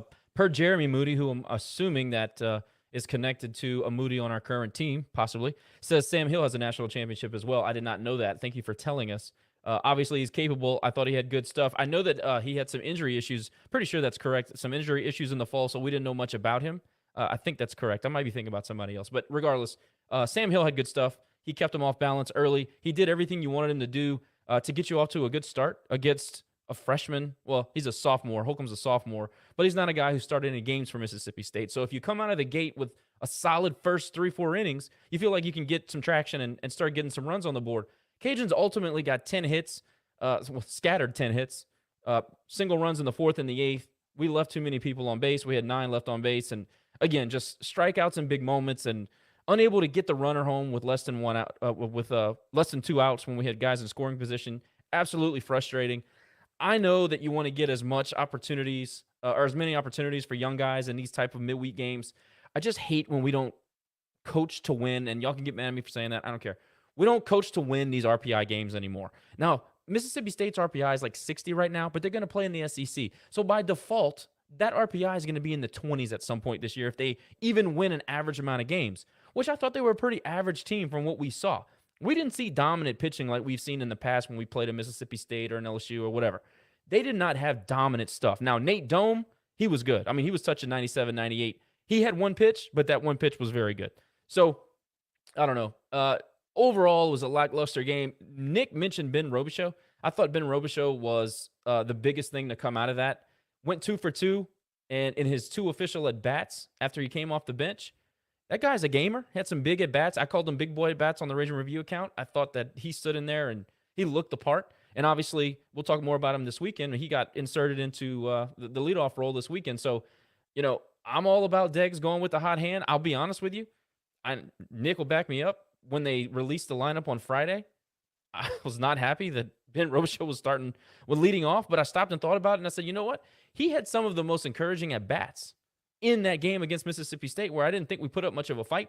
So, you know what the hell? Let's give Ben Robichaux a shot and see what he can do. And we'll get more into what he did this weekend after we move on from Mississippi State. But overall, look, Tommy Ray came in, ended up giving up 3 hits and an earned run, but he got some really big outs in a very pressurized situation. So I give Tommy a lot of credit. He did a good job coming in. Carson Fluno continues to look like the part. Pitched an inning in 2/3, absolutely nothing given up, and he had a strikeout. I think Carson Fluno is rounding into somebody that you can absolutely rely on outside of the, out of the pen. I think that he looks the part. I like everything he does. David Christie came in, 2 hits and an earned run and a walk in 2/3 of an inning. Again, we say it all the time about Christie. We know what he can do. We've seen him do it in spurts. I need some consistency out of David Christie. I know that you can pitch, buddy. I got to see you do it 2 or 3 times in a row. Ben Tate comes in for an out, does really nothing else. I guess that was a matchup. And then we go to Moody for an inning. He gives up a hit and a strike, and he gets a strikeout. Again, this is just me, and it's not anti-Deggs. I'm just asking questions. Why do you go to Moody there? It's Wednesday. His throw day, I think, is Thursday. Somebody made the comment, what's the difference if you throw a bullpen or if you throw him into a live game? And I get that. I get it. But we all saw what Moody did on Saturday, right? So I didn't second guess. I'm saying, why do you need to go get Moody right there? That just pissed me off. Like, now look, if it was his throw day and they wanted to use him as a live bullpen, okay, totally wrong on that. But I think his throw day is Thursday. Yeah, I was just going to say, and I know it pissed you off when they took Fluno out because we wanted to win the game. So I think maybe there were situations that the coaching staff is looking to throw people in that maybe we don't understand. Well, there's 100%. There's 100% chance of that. Yeah. So there's. I'm not a coach. Yeah. So I'm a fanalist. So yeah, I think. Look, do I like it as a fan? No, but from a coaching perspective, if you're thinking in their terms, maybe it makes sense. We don't know what thought process goes in their head when they're making these decisions. But I go back to like I said, Fluno, Christie. Why are you putting Christie out there after Fluno's been so good? It's situational. They're trying to plan for, I guess, the conference season, seeing in different situations what different pitchers do. Hopefully they got their answers because I'm ready for it to be expected. I'm ready for us to understand, like, we know what the situation will be, what it calls for, what pitchers they're bringing in. Right now, we're kind of in the dark. Hopefully we're at the point in the season where we can understand that a little bit better. Because it's frustrating for us not understanding the thought process, right? 100%. And to Justin's point, he said stress pitches Stress pitches is the difference. You're right. And that's why I question the move. Because right then and there, you need Moody to hold that 2-run lead. You don't want to get any further behind. He's throwing stress pitches. It's not like a bullpen where you're going out there and you're just basically warming up. I mean, you're getting loose and you're ramping up all the way to 100%. The stress pitch is the difference, and that was why I questioned the move. Jerry, you have anything? Not really. No. Fair enough. So overall, I thought it was look, again, we gave ourselves opportunities, didn't cash it in. You got a lot of guys. Amity got in that bat. You had Wilkerson in the lineup. You had obviously Ben Robichaux. Lots of guys. Uaz got in there. I get it. I want to see. Look, it's going to pay dividends later on in the season. I totally understand it. I'm with it. I just can't stand as a fan. This is me taking off the analytical hat and the coach hat. Like, I understand that they got to look at it a certain way. As a fan, I hate coaching like that. I want to put the guys in position that you can win with on the road in a game that the RPI is really going to be looked upon later in the season on like a Mississippi State. If you're able to get that W, I don't know, and we'll have to ask Brian Benton, but a neutral site win versus a true road game, I know it's a little bit different, but it's not a home game, and I know that that plays into it big time. So just from a fan standpoint, I would love to coach to win those games. I think there's a catch-22 to that, because if you really think about it, and I know Tony Robichaux used to talk about it with Andy Groh, right? They pitched him against LSU, or sorry, I'm in the swear jar, right? The school across the basin in 2000. It was a midweek game, I believe, at the old Alex box. And I remember he told a story one time of fans were going, "Why are you pitching him? We want to win this game." And he got rocked. I mean, I think Tony had to take him out early in the game. Nick, you probably remember, but they had to take him out early. He got beaten pretty bad. And most fans were going, "Well, why did you pitch him? He's an off-speed pitcher." At that time, that was Skip Berkman's team. I mean, they're playing guerrilla ball. They're mashing everything to left field and right field and, all the way across Nicholson Drive. But then he actually got to experience that. And when it was time for him to play game 2 of the Super Regional in Columbia, South Carolina against the Gamecocks, the #1 national seed, look at what he did. So I kind of understand sometimes why they tend to play those guys, the bench players maybe, or the backups, or play some guys that usually don't get enough play time, because you never know when you're going to need them. So I understand that approach. On the other hand, I'm with you, Josh. I do think that, in a game like against Mississippi State, where you're trying to help your RPI, you still got to win. You still got to beat them. I mean, you want to win every game, but that's a game you have to win. So, I mean, like this week coming up, we have Grambling on Tuesday, right? Grambling, their RPI is like 290. That would be a game I would think you play guys like the guys you had mentioned, right? Well, Give them a chance to start. You played Jackson State the night before. Jackson State the night before. And the other thing is, it's not necessarily the pitching. Like, I'm sure people raised their eyebrows when they saw that Sam Hill was getting the start. We don't know anything about him. It makes sense to a fan, what's going on here. It's not just that. It's that, and we're going to Johnny Allstaff this thing, and we're going to play musical chairs in the lineup. That drives me nuts. Do that against Jackson State. That's what you play those games for. Not against an RPI boost in Mississippi State. I don't know. And this is not a knock on any of the young guys. We have been very pro young guy. I think some of our young guys have been some of the more dependable players. So it's more to me that there's chaos everywhere. It's not just the Johnny Allstaff. It's musical chairs in the lineup and that. And that's what I mean.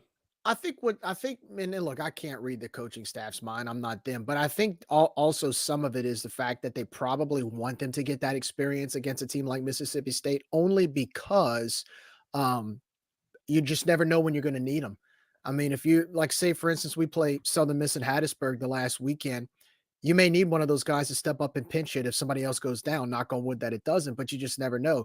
We may, in a regional, we may need one of those guys to step up, and you want them to have that experience of playing in an environment like that. So I guess I get it. I understand it.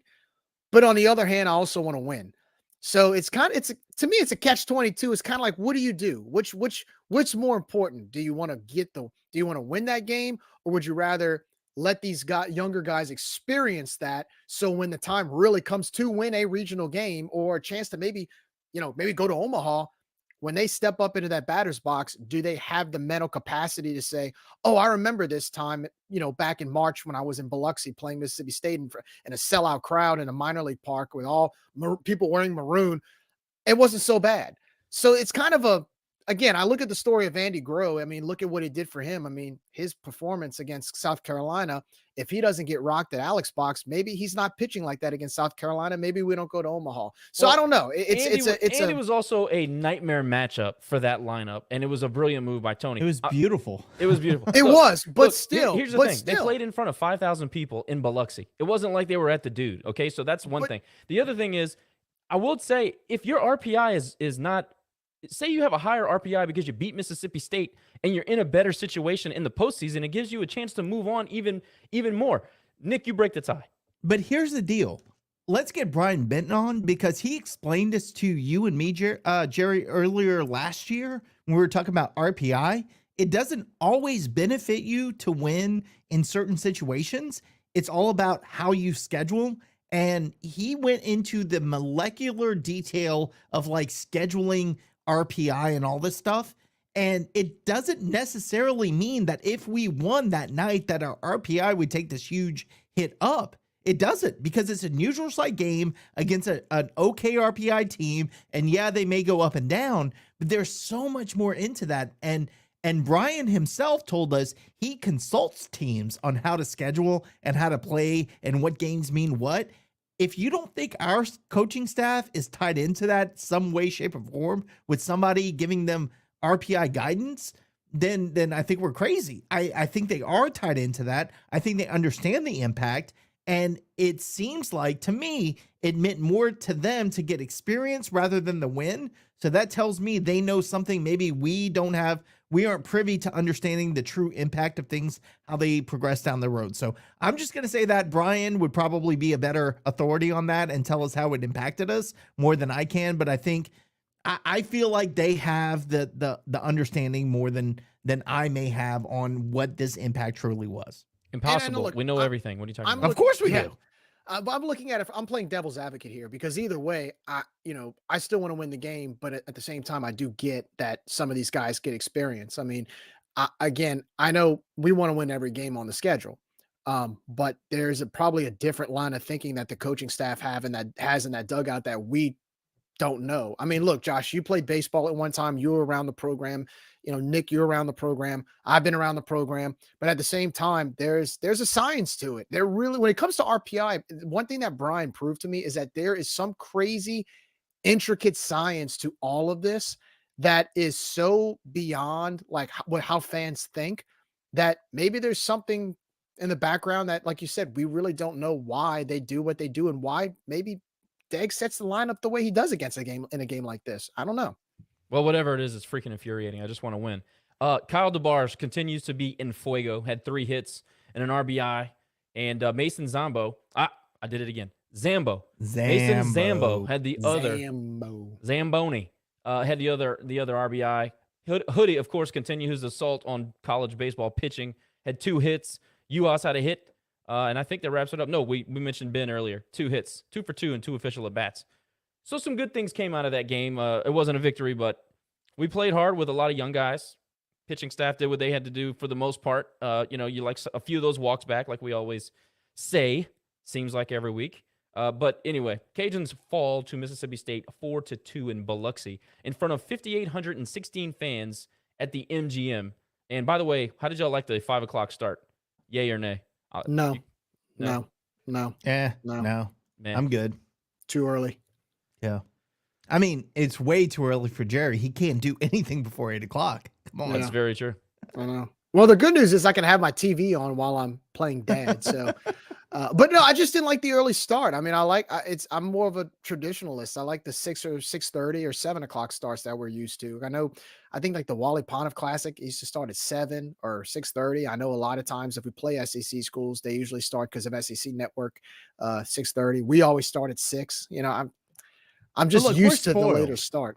We're spoiled. So my brother moved my nephew up to DC earlier this month, and Coach Chef at Virginia Tech was coaching like an hour away from DC. So he was thinking about going to Blacksburg, watch a game. The game was at 1 p.m. on like a Wednesday. So my brother was like, why are they having games at 1 p.m. on a Wednesday? Because they're not as spoiled as we are. Our fans show up for the games, so it matters that we play later in the day. So, 5 p.m., I mean, I'm not going to complain too much, but I'd rather it be in normal baseball times for me. I'm guilty. I didn't even look at the starting time, and the only reason I found out we started at 5 is because you texted me right when the game started. When it started. I was like, what the hell? So I missed the first few pitches. Anyway, after that loss in Biloxi, we came back home to sweep Arkansas State, like we should have. You know what you do with a bad team, Jerry? You abuse them. Sweep them. You abuse them. And that's what we did. So Friday, not only did we hang 15 on that team, we scored 7 in the first inning because of, in large part, to the worst baseball that these eyes have ever seen. That was some of the worst defense. Seriously. It was Bad News Bears Little League stuff. 4 errors. I think 3 of them were in the first inning. Really bad. But to me, it wasn't even the offense I expected to abuse that team. Jake Hammond, 7 innings, 4 hits, no earned runs, no walks, 10 Ks. How good was Jake Hammond on Friday night? You needed that. He needed that. And look, he's actually performed well so far. I mean, he's really solidified his Friday night role.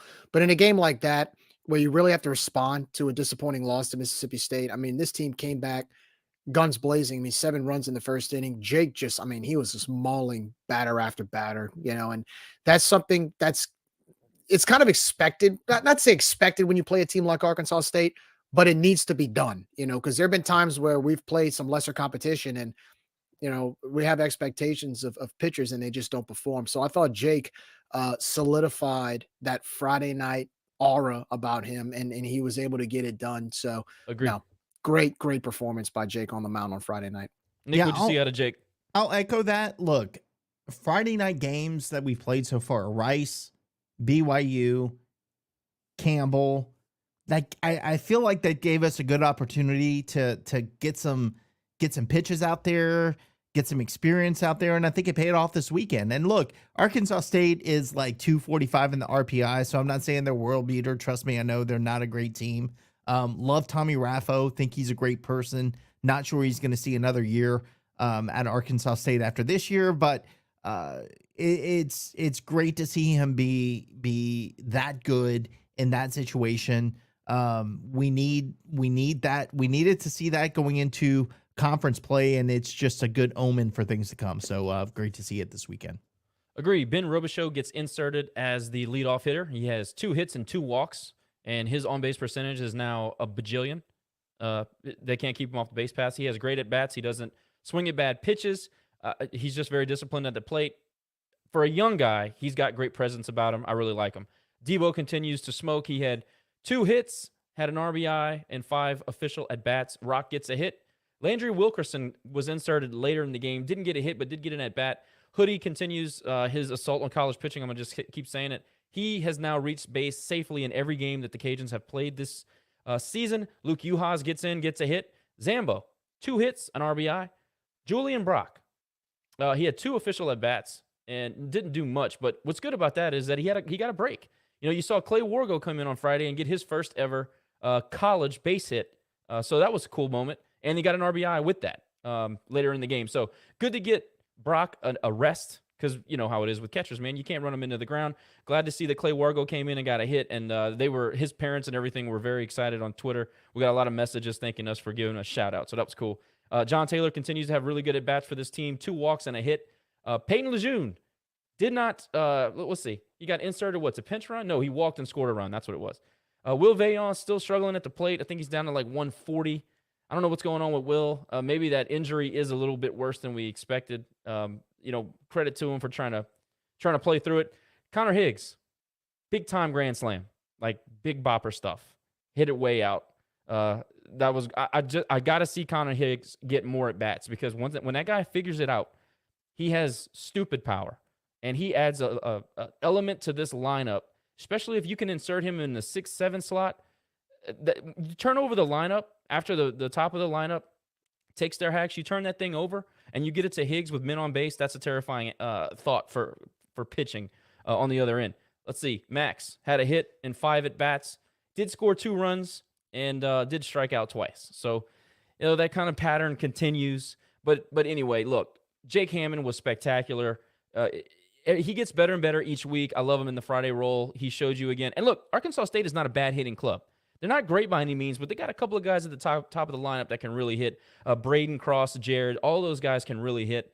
They showed it to you Saturday, and not necessarily Sunday, but you saw what they could do on Saturday. And they did go quietly, because after you get 7, there's really not much to jump back to. But look, they had 1 in the 5th, they had 2 in the 8th, 1 in the 9th. They continued to fight back. And you think going into Saturday, they had to feel good about themselves because they had plenty of opportunities later in the game when Christie and Couch came in. So I didn't know how to feel going into Saturday, but I knew that Arkansas State probably felt good about their team.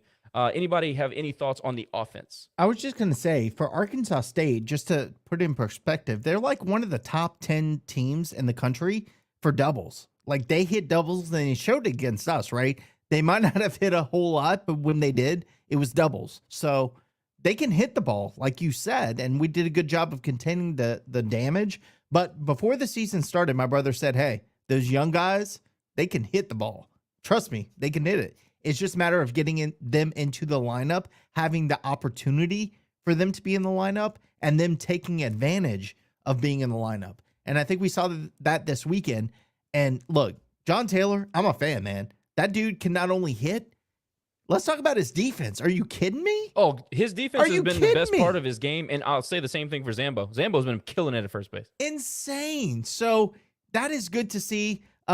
Wilkerson didn't have a great weekend. I think his defense cost us a run today, but other than that, man, our young guys are really showing up, and they're taking advantage of the opportunities, and I really like to see that. And Higgs got the grand slam on Friday night, right? To Oppo. Yep. Yeah, he hit it to left field. Holy cow. Are you kidding me? All that dude does is hit. I need to see more Higgs. I agree with Aaron. He just said he needs to see more Higgs while Vaillan's struggling. And look, if it is an injury and it's holding him back, that's fine. But Higgs is putting together. Now, he did have a bad at-bat today where he missed a sacrifice, and I know Deggs is going to jump his ass for that, and he should. You got to get the ball down right there. We have got to execute small ball better. That's one thing that it's not good right now. The running game looks a little bit better. We got to execute better. But as far as just his approach at the plate and putting the ball in play, Higgs is having some really nice at-bats. I got to see more out of Higgs.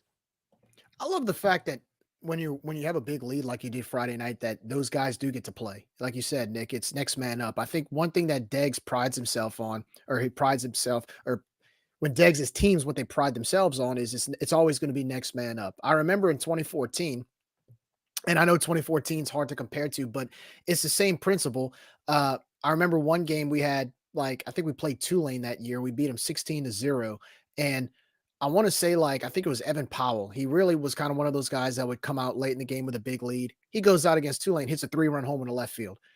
I'm seeing the same thing with this team. You got guys out there on the bench who are waiting to get their turn, and when they go get their turn, they really shine and they get it done. And that's something that's as a fan, I love it, because it goes to show you, like you said, with Will Vaillant kind of struggling a little bit and Connor Higgs coming in and hitting a grand slam. There's good programs out there that don't have that type of hitting depth. And that's something I think that we have that we can actually take advantage of and capitalize on, especially now that we're in conference play. That's going to be huge. So I was very happy seeing guys like Ben Robichaux, which, by the way, I mean, I love Max, but Ben as leadoff, I mean, he has to be leadoff from now. I mean, he's a true freshman. He's gotten on base numerous amount of times. He's not afraid to take on pitchers. He's legit. You got JT that solidified his role at second base. Like you said, Nick, his defense is unbelievable, and he can hit the ball. And then on top of that, you got, just to name a few, you still got Peyton Lejeune. You still got, Landry Wilkerson. We'll talk about him on the Saturday game, but seeing him being able to get some at-bats. Caleb Stelly, seeing Uhas get in. All these different guys that have stepped up. We already know our main lineup, but seeing these guys step in as of late in the last couple of weeks and seeing them succeed, that is so big. That's so big because, like you said, Josh, that someone like Clay Wargo who went in for Julian, some of our starters can get a break. They can get a break, and the guys behind them can step up and get it done. So that's one thing I got off of Friday night. I know we're going to talk about Saturday as well as today's game, but Friday night, that's one thing that really kind of confirmed in my mind, wow, we have depth. We have depth, and that's going to be huge now that we're in conference play going forward against some really good competition. Feel good about the depth. You mentioned Caleb Stelly. I forgot to say that he had a pinch hit single in his only at-bat. 14 hits for the Cajuns, 15 runs, and we did commit an error, which you never want to see. And it was by Taylor, and I hate it for him because he's been sparkling on defense. I'm not sure how much of a defensive specialist he is or was thought to be, but I always heard everything about John Taylor was at the plate. So to see him play a good, steady, solid second base, that's great. That's a great development for this team. He's having great at bats. He's putting together consistent games. I got to see more out of him. Saturday, the Cajuns entertain the Wolfpack once more. And just like Friday, we put 13 runs, 16 hits. We did commit 2 errors, which we got to clean that up, but I'm not going to harp on it too much. The game changes when you go up by a ton. The game was a little bit closer than that, though. It felt kind of weird. First 2 innings, it's nip and tuck. Nobody's really doing anything. They had Hunter Draper in there, and, he's the kryptonite type pitcher for this offense. But Arkansas State puts together a 4-run inning, and really they kind of hit Brendan Moody hard for his 2 2/3. They kind of hit him all over. Now, Degg said that they felt like he was tipping pitches. I was surprised at how good of contact Arkansas State was making off of him, because we haven't seen that from anybody, mostly in Moody's starts this year. But they got to him in the 3rd. They hung 4 on him. The good thing about that is the Cajuns come back and score 4 more in the bottom of the 3rd. And that's something that we always talk about. Good teams respond. The Cajuns they have a knack for responding, and they did it in the 3rd. They come back to put a single run in the 5th, 2 in the 6th, another 4 spot in the 7th, 2 in the 8th. So right there, you score 4 innings in a row to close that game out and, put Arkansas State out of the misery. You win the series going away easily, 13-8, 16 more hits. I mean, now Arkansas State did get 10 hits, but 5 of those were with Brendan. And Cooper Rawls comes in, throws 2 2/3, looked great, about as good as you've seen him yet as a Cajun. I'm really starting to have a lot of faith in Cooper Rawls. I think that he's giving you a great weapon out of the bullpen. He looks good. He might even be able to make a midweek start. If you guys remember, I think he went like 7 strong against La Tech last year and looked unhittable. So Cooper Rawls has that in him. Carson Fluno again comes in, 3 2/3, 2 hits, 1 earned run, no walks. No walks. Beautiful. Overall, we only walked 2 guys for the entire day. I'm never going to complain about that. I'm happy with that. But overall feeling on Saturday, fellas. I mean, Debo 8. He had a great day at the plate. Julian Brock. I mean, come on, man. Absolute nuke of a grand slam. You knew it was going the second. Absolutely. I mean, that was insane. The entire stadium stood up as the ball hit the bat. I mean, it made a different sound. I did too. And I'm sitting at home, and as soon as I saw, I didn't even hear it. I just saw it hit the bat, and I'm like, ow. And I stood up, and I'm like, gone. And I think I went to get another drink or something. I don't know, whatever I did. But it was it was a great offensive performance.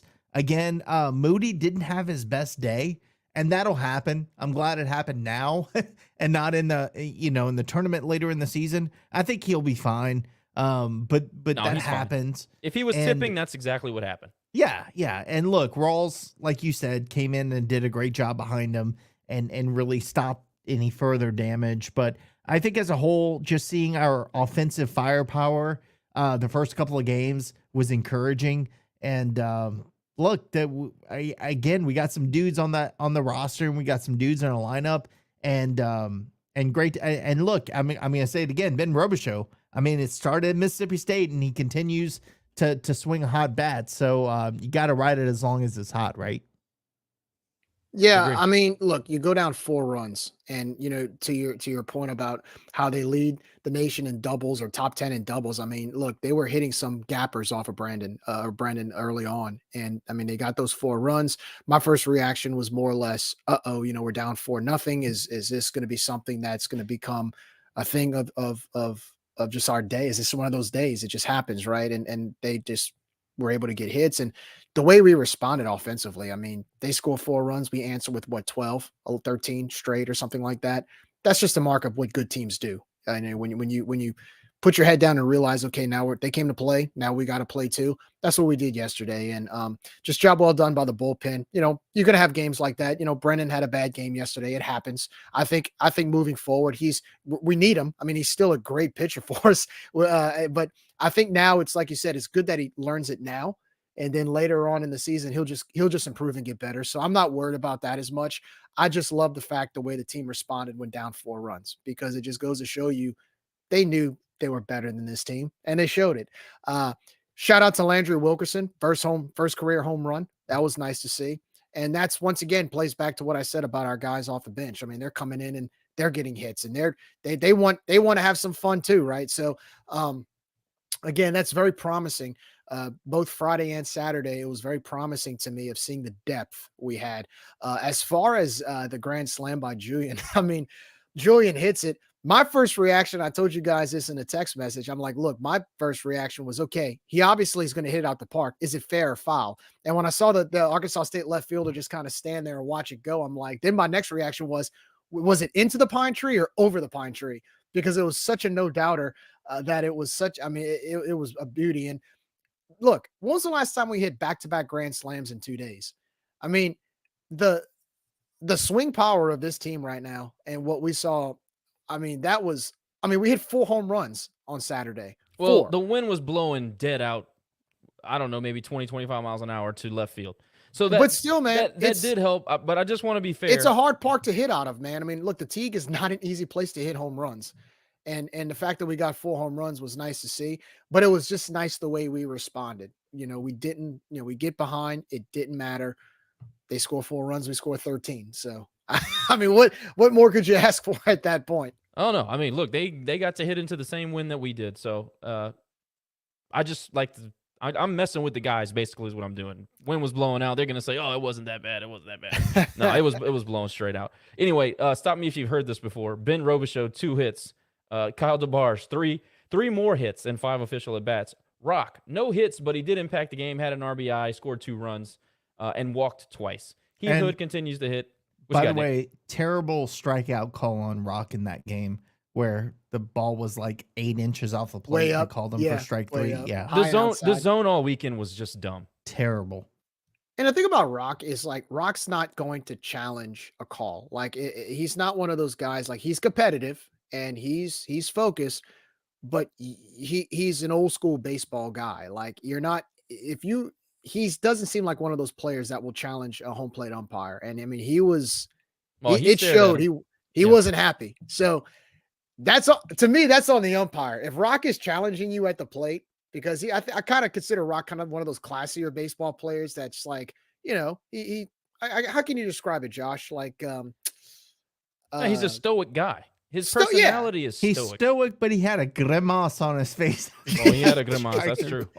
But to me, that's on the ump. I mean, you cannot call something like that. I mean, come on, man. Come on. That was terrible. No, it was terrible. Bad. That was bad. Then to continue, Landry Wilkerson hits the 2-run bomb. Peyton Lejeune, his RBI knock. I can't remember if it was a double or a single, but he hit one right down the left field line. It was beautiful, perfectly timed. We needed it at that point. Zambo, 2 at-bats, no hits. He did have a strikeout. Luke Uhas got a pinch hit, didn't do anything. Julian, of course, with the missile, he had another hit. Trey LaFleur gets a knock. I got to see this guy kind of get it going. He's had a rough beginning to the 23 season, so good to see him get a hit. Clay Wargo he got in the game but did not get an official at bat. John Taylor did not get a hit, first time I think in quite a while. Will Veillon, he did end up getting a hit on Saturday. It feels like everybody got a hit, but good to see Will get a knock. Connor Higgs hits a bomb, gets another hit. Shock hits a shot out to left field, and that's all the hits for that day. Saturday was just good to see a lot of guys swinging a good bat. 16 hits, 13 runs. The Red Wolves did get 10 hits, like we said. Look, Brendan Moody's going to be fine. I got no worries about that. If he's tipping, they'll get it fixed. It's no big deal. He's still been one of our most consistent pitchers.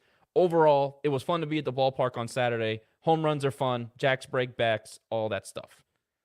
And the Cajuns win a game. Of course, that's always what we're there for. We move on to Sunday, today. That featured probably the best pitching performance we've seen at home in maybe 2 years. Jackson Nezu. Nezu have confirmed via family. Nezu. Not Nezu, not Niza, not Nizu, Nezu. Everybody good? I'm sure we'll screw it up. Neza. Not Neza. Okay. Not Neza. I've heard Top and Jay will say 4 different pronunciations in the same broadcast, right next, back to back to each other, and it's like, what is this guy's name? Find out what his name is, and say it right. So I had to get on the soapbox about that. But absolutely sparkling, carries a perfect game into the 7th. Unfortunately, walks the leadoff guy. that he saw in the 7th, and then ultimately gave up a hit after he had walked a guy, and then the walk came back to get him. But if you're going to give me that kind of performance on a Sunday, we're going to be very hard to beat at any point in the season, because typically Sunday you got to swing the bat to win.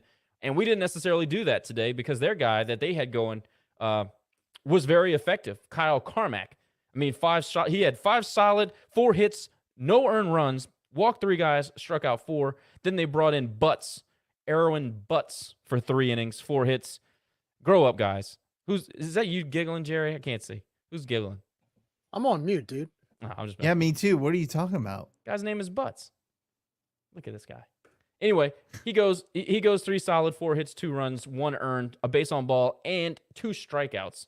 But we needed 2 guys today. We needed Jackson Nezu and Blake Marshall, who came in, kind of made us worry a little bit after he walked that leadoff guy. But then, of course, he gets the double play and gets out of it with no damage done. I mean, I did not expect this performance on a Sunday. I thought, we'll come out and score 10 more runs, and then we'll end this thing on a high note offensively. But credit to Arkansas State's starter. I mean, he did a great job. We did absolutely nothing after that that run in the first inning. We did nothing for 5 innings, and that was directly related to his pitching. Great performance by him. Our guy was just a little bit better today. Yeah, it was almost like reverse pitching. When they pitched their Friday night starter on Sunday, it felt like that. But look, Nezu, for lack of a better term, struggled the first couple of games of this season. So I think a few of us were questioning: is this the guy? Is this the right guy? Is he really our Sunday guy? He proved it. I think the last couple of starts, he proved why they recruited him here. He proves why he is a Division I Sunday starter. So credit to him, man. He did what he had to do. He got better as the season has progressed. And whoever was on our account that tweeted out, "Hey, don't say anything," it's all your fault, because he had a perfect game going into the 7th, and somebody said that. Yeah, don't say anything. Don't jinx it. Yeah, well, I'm not going to say. Look, we came on here and we harped on efficiency because we've been, a couple of times Jake's into the 5th and he's thrown 105 pitches. So we made a big deal about that last week. One thing that Jackson did today, very efficient. He threw 108 pitches in 8 innings. You know, I think you learn 2 things about Jackson. I think that you learn that he has really, really good stuff. And when he puts it together consistently, he's pretty damn dangerous. And I mean, look, again, Arkansas State is a good hitting lineup. So they didn't do it against a bunch of scrubs. And then number 2, you saw Seth go out there in the 7th. They let him finish, and then they sent him back out there for the 8th. That tells me they trust him. So you learn those 2 things about Jackson today. What I like about Jackson is, like you said, Nick, he's getting better as time goes on. I think against, I believe it was Rice and then BYU, he kind of struggled a little bit. And then I think, to me, his coming out party was against Campbell. I think against Campbell, he gave up a few hits as time went on, but at the same time, he was able to maintain. And he did it last week against High Point. I think he went 4 strong innings. But then today he goes 8. So you definitely want to see progress in any of your pitchers, especially a weekend starter. I think Jackson has gotten better each week. And the fact that he's getting better now when conference is starting is huge. When you have that anchor on a Sunday, especially when you're trying to clinch a series or if you're trying to get a sweep like today, that's very beneficial. And so I thought he did a great job today. I mean, a fantastic outing overall. And, I believe he was a transfer from where, Josh? Was it Florida State, Josh? Florida State, yep. There's a reason why Florida State was looking at him, right? So anytime a school like that looks at you, you obviously have your stuff. And it was great that he was able to land in our lap and he's able to do what he did today, because that's going to be huge for us going forward. So no, I mean, hat tip to Jackson. Great performance on the mound. We're definitely going to need more of that as the season goes on. But, compliment to him, but also I thought hitting wise, we still got enough. I mean, we had a decent amount of hits. We just couldn't score them. I mean, we had a bunch of guys in scoring position, but it was just one of those games. It was one of those odd games, like you said, Nick, where it felt like a Friday night game where you have opportunities, but it was just a pitcher's duel. But we just happened to have more runs than him. We were able to get the timely hit when it mattered, especially I think it was in the bottom of the 8th. We got that extra insurance run, and then you finish out with a double play with Blake coming in. And look, to Blake's defense, you're not going to, I mean, every single one of Blake's outings have been fantastic. You're not going to pitch A+ games every single time you show up, but he was able to do just enough. As Tony would say, he minimized the damage. They get the double play. He closes them out. We win the game. We get a sweep. So it wasn't the quote unquote the sexiest game today. You didn't have home runs flying everywhere like you did the last 2 days, but you still did enough to win the game. And so this weekend overall, to put a bow on it, this was the weekend we really needed. When you play a team that you're pretty much better than, you have to show it. And I thought we did. And going into this week, now you have Grambling on Tuesday, Southeastern on Wednesday. Then you got, you go in your first solid road test in over a month. This was the type of weekend you needed. And there's really not much I can say other than that. I mean, there's really not much to complain about right now because we just played it was a good weekend of baseball. You got to win different ways, and we did that this weekend. You came from behind, you dominated, and then you had a pitcher's duel. So you got to do that to be a good baseball team. Arkansas State is not one, and what do you do with bad teams? You abuse them. And that's what we did, and I'm happy about that. Offensively, Ben Robichaux again, a hit and a walk, impacted the game. Debo continues to sizzle. He got a hit and 3 at-bats. Rock didn't do much today. He kind of took the day off, I guess. But he had 3 official at-bats, 1 walk. He did reach base. Heath Hood, 2 more hits, another RBI. Julian Brock, 2 more hits, another RBI. John Taylor continues to hit and an RBI. And Landry Wilkerson got a hit. And that wraps it up on offense. But to me, the story is Jackson Nezu. He comes out. He has a fantastic performance when we needed it most because, honestly, look at what the other guy did. I mean, that's what's the most important to me. His bugaboo had been the 3rd time through the lineup. If you go back and look at his starts, he's early in the season, first time through the lineup, he was fine. 2nd time through the lineup, it was tough. Now he got through the 2nd part of the lineup. The 3rd time through the lineup, it was tough. Today, he put it all together. I mean, there's really nothing you can complain about anything. His stuff was crisp. Everything he did, he located. He did it. He put it all together. It was a total package today from him, and I can't say enough about that performance. It was good to see good pitching back at MLT Field at Russo Park. Any thoughts on the Arkansas State Red Wolves going further? We'll wrap it up with trip around the league. I'll just say anytime we go, not necessarily about Arkansas State, but anytime you go 4-1 in a week, I'm not going to complain. So definitely not going to complain today. I think it was a good week for us. Would have liked to have gotten that. Rats. What are you talking about? I hear you, Josh. You there, Josh? I can't hear anything. Oh, well, anyway, like I said, go 4-1 in a week. Help me.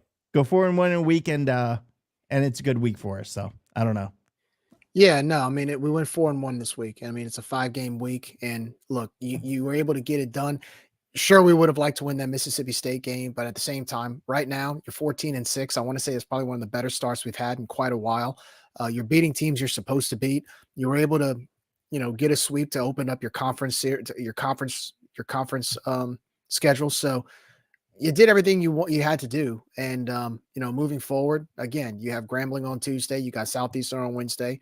There's 2 home games that you would hope to win going into South Alabama. And of course, next weekend, it's your first real road test in a while. So I think having those guys come in, and whether they were pinch hitting or coming in as subs and able to, get it done this weekend, seeing guys like Connor Higgs hit a grand slam, seeing guys like Landry Wilkerson get his first collegiate home run, seeing guys like Luke Uhas get playtime, seeing Clay Wargo get some playtime to help out with Julian. I mean, that's big. And I can't stop emphasizing that on a weekend like this, because you will need these guys moving forward. And now you're getting into the nitty gritty of conference against some good teams.